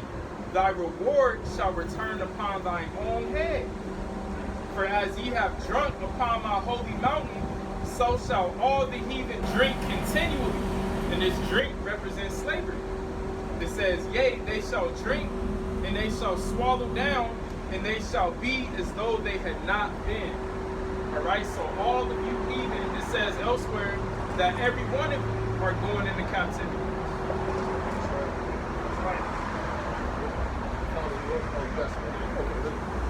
This is the book of Psalms, chapter 2 and verse 8. This is the book of Psalms, chapter 2 and verse 8. "Ask of me, and I shall give thee the heathen for thine inheritance, and the uttermost parts of the earth for thy possession." Yeah, that's part of our inheritance, man. That's part of our inheritance. We're gonna get the same thing Yahweh Shai gonna get slaves, and the scriptures tell you that it's our Father's good pleasure to give us the kingdom. So everything that comes with the kingdom, part of that is having slaves. Okay, people got emotion saying it's evil to put people in slavery. Y'all don't understand the Bible if you're talking like that. It's not evil. Okay? But it wasn't even when the so-called white man, he put us in slavery. The Roman Empire, didn't they have slaves? Didn't the Persian Empire have slaves? Every empire had slaves. That's empires are founded on that subject. So what do you think the Israelite Empire is going to be based on? You know, when it comes down to God's people, we just float off in the sky and just don't do nothing. Yeah, just in white robes. Just in white robes. Everybody persecuted us. The heathen had their way with us, but we don't get to do nothing to nobody. But see, that's the Jesus Christ idol. That's the Jesus Christ rhetoric. That everything and anything is just all forgiven. No, it's not. You know. I'm gonna get this because I should have got this before we read that. This is 2 Ezra 6 and 54. And after these, Adam also, whom thou madest Lord over all thy creatures, of him we come we all, and the people also whom thou hast chosen. So out of Adam, all the nations on the earth came, the sons of the wicked, from the Adamites, the sons of men, the other nations, then the sons of God, which they are the Israelites. It says, Because you'll have people say, like, well, we all come from Adam.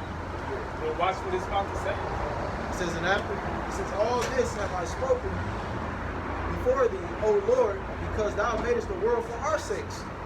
As for the other people which also come of Adam, thou hast said they are nothing but like unto spittle, which is spit, Look at that. you know, and hast likened the abundance of them unto a drop that falleth from a vessel. So you got billions of heathen on the earth, but like if you got a bucket, a big ass bucket of water, you drop a fucking a drop, you know, matter of fact, that shit gonna evaporate immediately. Yeah. You don't worry about that. It says, but we thy people, whom thou hast called thy firstborn, thy only begotten, and thy fervent lover, are given into their hands. If the world now be made for our sakes, why do we not possess an inheritance with the world? How long shall this endure? So this whole lesson is about the come up. This was a question that our forefathers was asking, like, hold on, if our forefathers, Abraham, Isaac, and Jacob, and we're supposed to have this great, you know, reward and promises, where is it then? How the hell are we fucking underneath this heathen? And then when you go into the 7th chapter, it breaks it down. Like, first, bro, you gotta go through the mud first. You gotta go through the difficult first. Then you gotta earn it. You know what I'm Like in saying? the beginning of the lesson, you talked about patience. Yeah. We're going through that patience now, man. Shalom. My brothers is everywhere today. Shalom. See my Issachars out here, my Judah brothers, all praises. That's right, man. Just got out of captivity. I got to repent for defying the Sabbath. I had to get a sweater. All praises, okay? I'll be back next Saturday for sure. Hope Okay. you too. Yes, sir. man. Hey, All praise do the that, Lord. brother. All right. Shalom. That's the spirit. That's woman. But hey, shit, they know what time it is. Certain Jake. Yeah.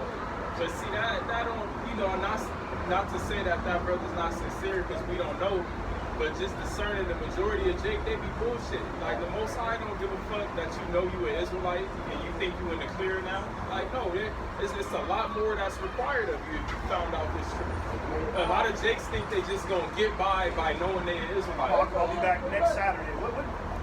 So what are you gonna be doing in between now and next Saturday? That's what the Lord cares about, your personal life. When he made it all right there, I thought he made it out of jail. So Yeah, or he should have said, Lord's will, I'll be back. No, he said the Sabbath. He think the Sabbath It's today. Yeah, he That's talking what- about they he got bought that a Friday, sweater. Saturday. I thought he said I just got out of jail, so now I'll be back. No, next he talking about he think it's the Sabbath. Oh wow. But no, he did say I just got out of captivity. I'm thinking that, you know, he is talking about he just got out of jail. Or work, something. Yeah. But he think it's the Sabbath today. He's like, I gotta repent. I bought a sweater. But see, Jake put those burdens on yourself. Like, Yeah. first of all, it's really not the Sabbath. All right, but okay, whatever. You know, Jake literally thinking like, well, damn, I can't do nothing. Like, bro, you said it yourself. We in captivity. All right. But if he would stay here, he wouldn't try to wait till next Saturday. He would know that. You know what I mean? He took the time. Where are you going right now? What's more important than this word? You got World War III going on. Might not make it. Right. This whole shit society, the power grid might go down before next Saturday. So whatever you got to do, it's not more important than what's going on right now. We had a Jake like that last week come up to the camp.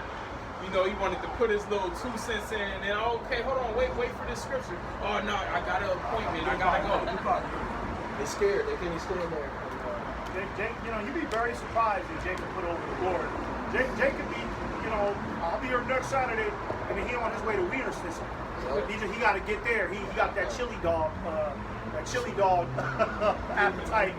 Yeah, You can't stand Get there. I got to get there. Jake don't want to You stand know? before the Lord, man. You do. At some point, you got to stand before the Lord, man, and just accept, Straight up. nigga, that you know, you fucked up. And you can tell it's a burden to Jake. I'm just discerning by the Spirit. Like, damn, they here too. Damn, my Israelite brothers, they everywhere. He ain't finna come out here every Saturday. It's the Sabbath. I had to get a sweater. Yeah. Like, he thinking of it as a burden. As if he gonna be out here from Saturday from here on. We didn't heard it all before. Right. You know? Right. And that shows patience too. He didn't have the patience to just stay. Hey, That's right. You know? that patience gonna be key, boy, because it's all coming to us. What's in between that is your patience, bro. That's it. I got a precept, brothers ain't got none. Okay, yeah, this is Joel 2, and let's start at verse 24. It says, "And the floors shall be full of wheat, and the vats shall overflow with wine and oil. And I will restore to you the years that the locust hath eaten, the cankerworm and the caterpillar and the palmer worm, my great army which I sent among you." See, all those pests represent these heathens that have sucked us dry. Like we talked about America. If it wasn't for cotton picking, there will be no industrial revolution. You Edomites today wouldn't be benefiting off nothing. Right. You see? All the inventions Jake made. Yeah, all the inventions that built up this society from the fucking stoplight to the modern day vehicle. Jake made all the machinery where you could make shit on a corporate, you could push shit out there and sell it. The Industrial Revolution. Yeah. Jake didn't just pick, they made it to where you can make shoes by the fucking thousands and shit. Yep. All of the machinery and shit. And it was sold to other nations too. And we didn't get the fatness, you know what I mean, like the reward, you know? Last verse right here, 26. It says, "And ye shall eat in plenty and be satisfied. Praise the name of the Lord your God that hath dealt wondrously with you, and my people shall never be ashamed." We thank you, Lord, you put them blessings on us, man. Like the scriptures talk about, we gonna walk around, we gonna boast ourselves. You know what I'm saying? You know how Jake is. We like to stunt. You know what I mean? You give us something nice, we gonna stunt. But we ain't gonna be stunting on each other no more. We gonna stunt on the heathen. You know what I mean? That's why a lot of the resources are going to be used when you go to Revelation. I read the 20-something chapter. It gives you the layout of what kind of, how a road's going to be paved with gold, bro. Like, that's going to be the ultimate deck out. And the heathen gonna build it up. Yeah. Even though we gonna have the spiritual power, we can do it, but just the principle of having them motherfuckers do it. We might want that shit done a little earlier. We might put some spiritual. I don't know how we're going to do it, but everything is going to be made of the top quality of the top. Yeah, but if you really think about it, we're gonna be eternal. We ain't gonna be tripping off no time. Like as long as this shit take, we got forever, literally. Trying to chill. Yeah, if your ass fall out and die from old age, guess what? Your sons and grandsons gonna continue on. We're going to be off that intergalactic yayan with the Lord, so we might be somewhere chilling oftentimes. That's going to be a different type of buzz right there. That's power. I got a precept. This is the book of Revelation, chapter 2 and verse 26. "And he that overcometh and keepeth my works unto the end, to him will I give power over the nations." You gotta finish the job, man.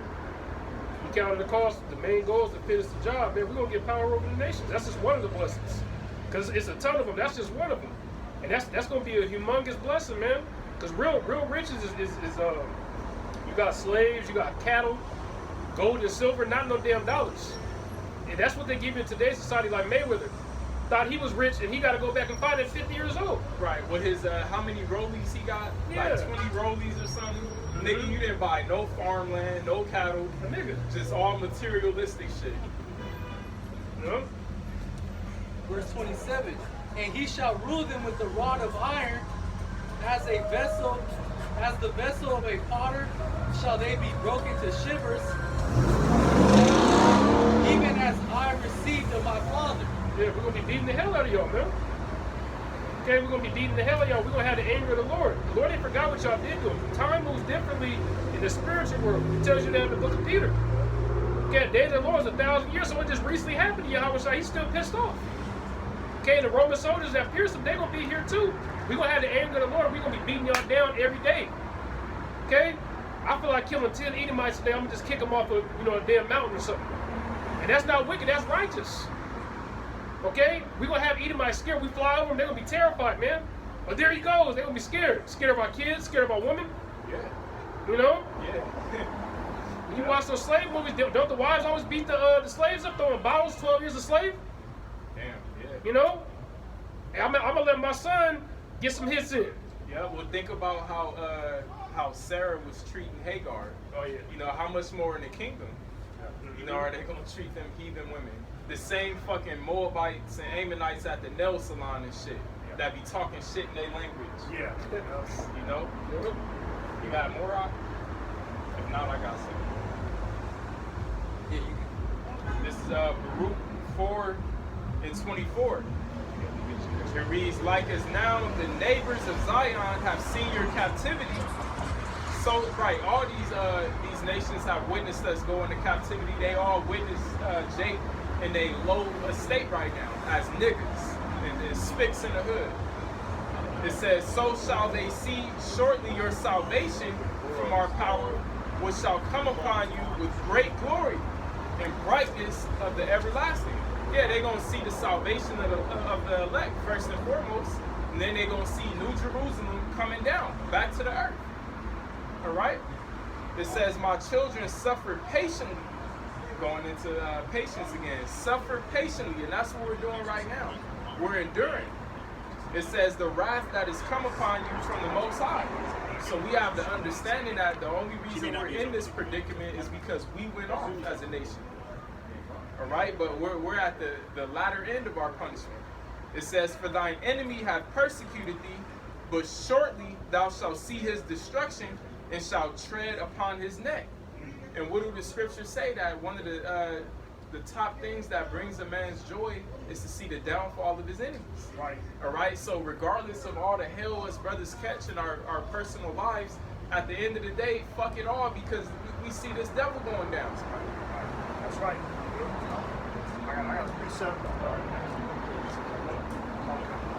This is Joel 3, starting at verse 6. It says, the children also of Judah and the children of Jerusalem have you sold unto the Grecians, that ye might remove them far from their border. You know, and that's what Esau, he wants us to forget about the transatlantic slave trade. These heathens, they want us to forget what they did to us, man. You know what I mean? That's why, you know, you see a lot of these heathen, like you got the Iranians or the Russians, they go on at it with the American Edomite, but then they'll try to be like, yeah, you Negroes, you know, you guys, God's chosen people, and you guys should really try to stand up. We're on your side if you want to. Nah, nigga. Okay, we coming to get you, motherfuckers too. That what's that fat little hamster, Kim Jong-un? Okay, we coming to get you too, man. All of you heathen, all right, is gonna be face to face with the day of the Lord, man. That's right. You ain't escaping, right. All right? Because you, like it says, you sold us to the Grecians, okay? And if you wasn't physically selling us, we know a lot of you nations was right there with Esau, coming up with ideas, strategies. All right, let me invest into this. You got how many slaves you got? Okay, maybe I can help you out and ship them slaves over here. Yeah, You bro. know? Moab got a lot of money from the transatlantic slave trade. Mm-hmm. Hey, they show you in that movie Get Out. Remember in the movie Get Out, Jake, you know, the Edomites, they was trying to get Jake, and then it was that one little Moabite. Remember him? Oh, Yeah, that little Moabite. You know, he was the one Moabite. Yeah, they be in there. And he was just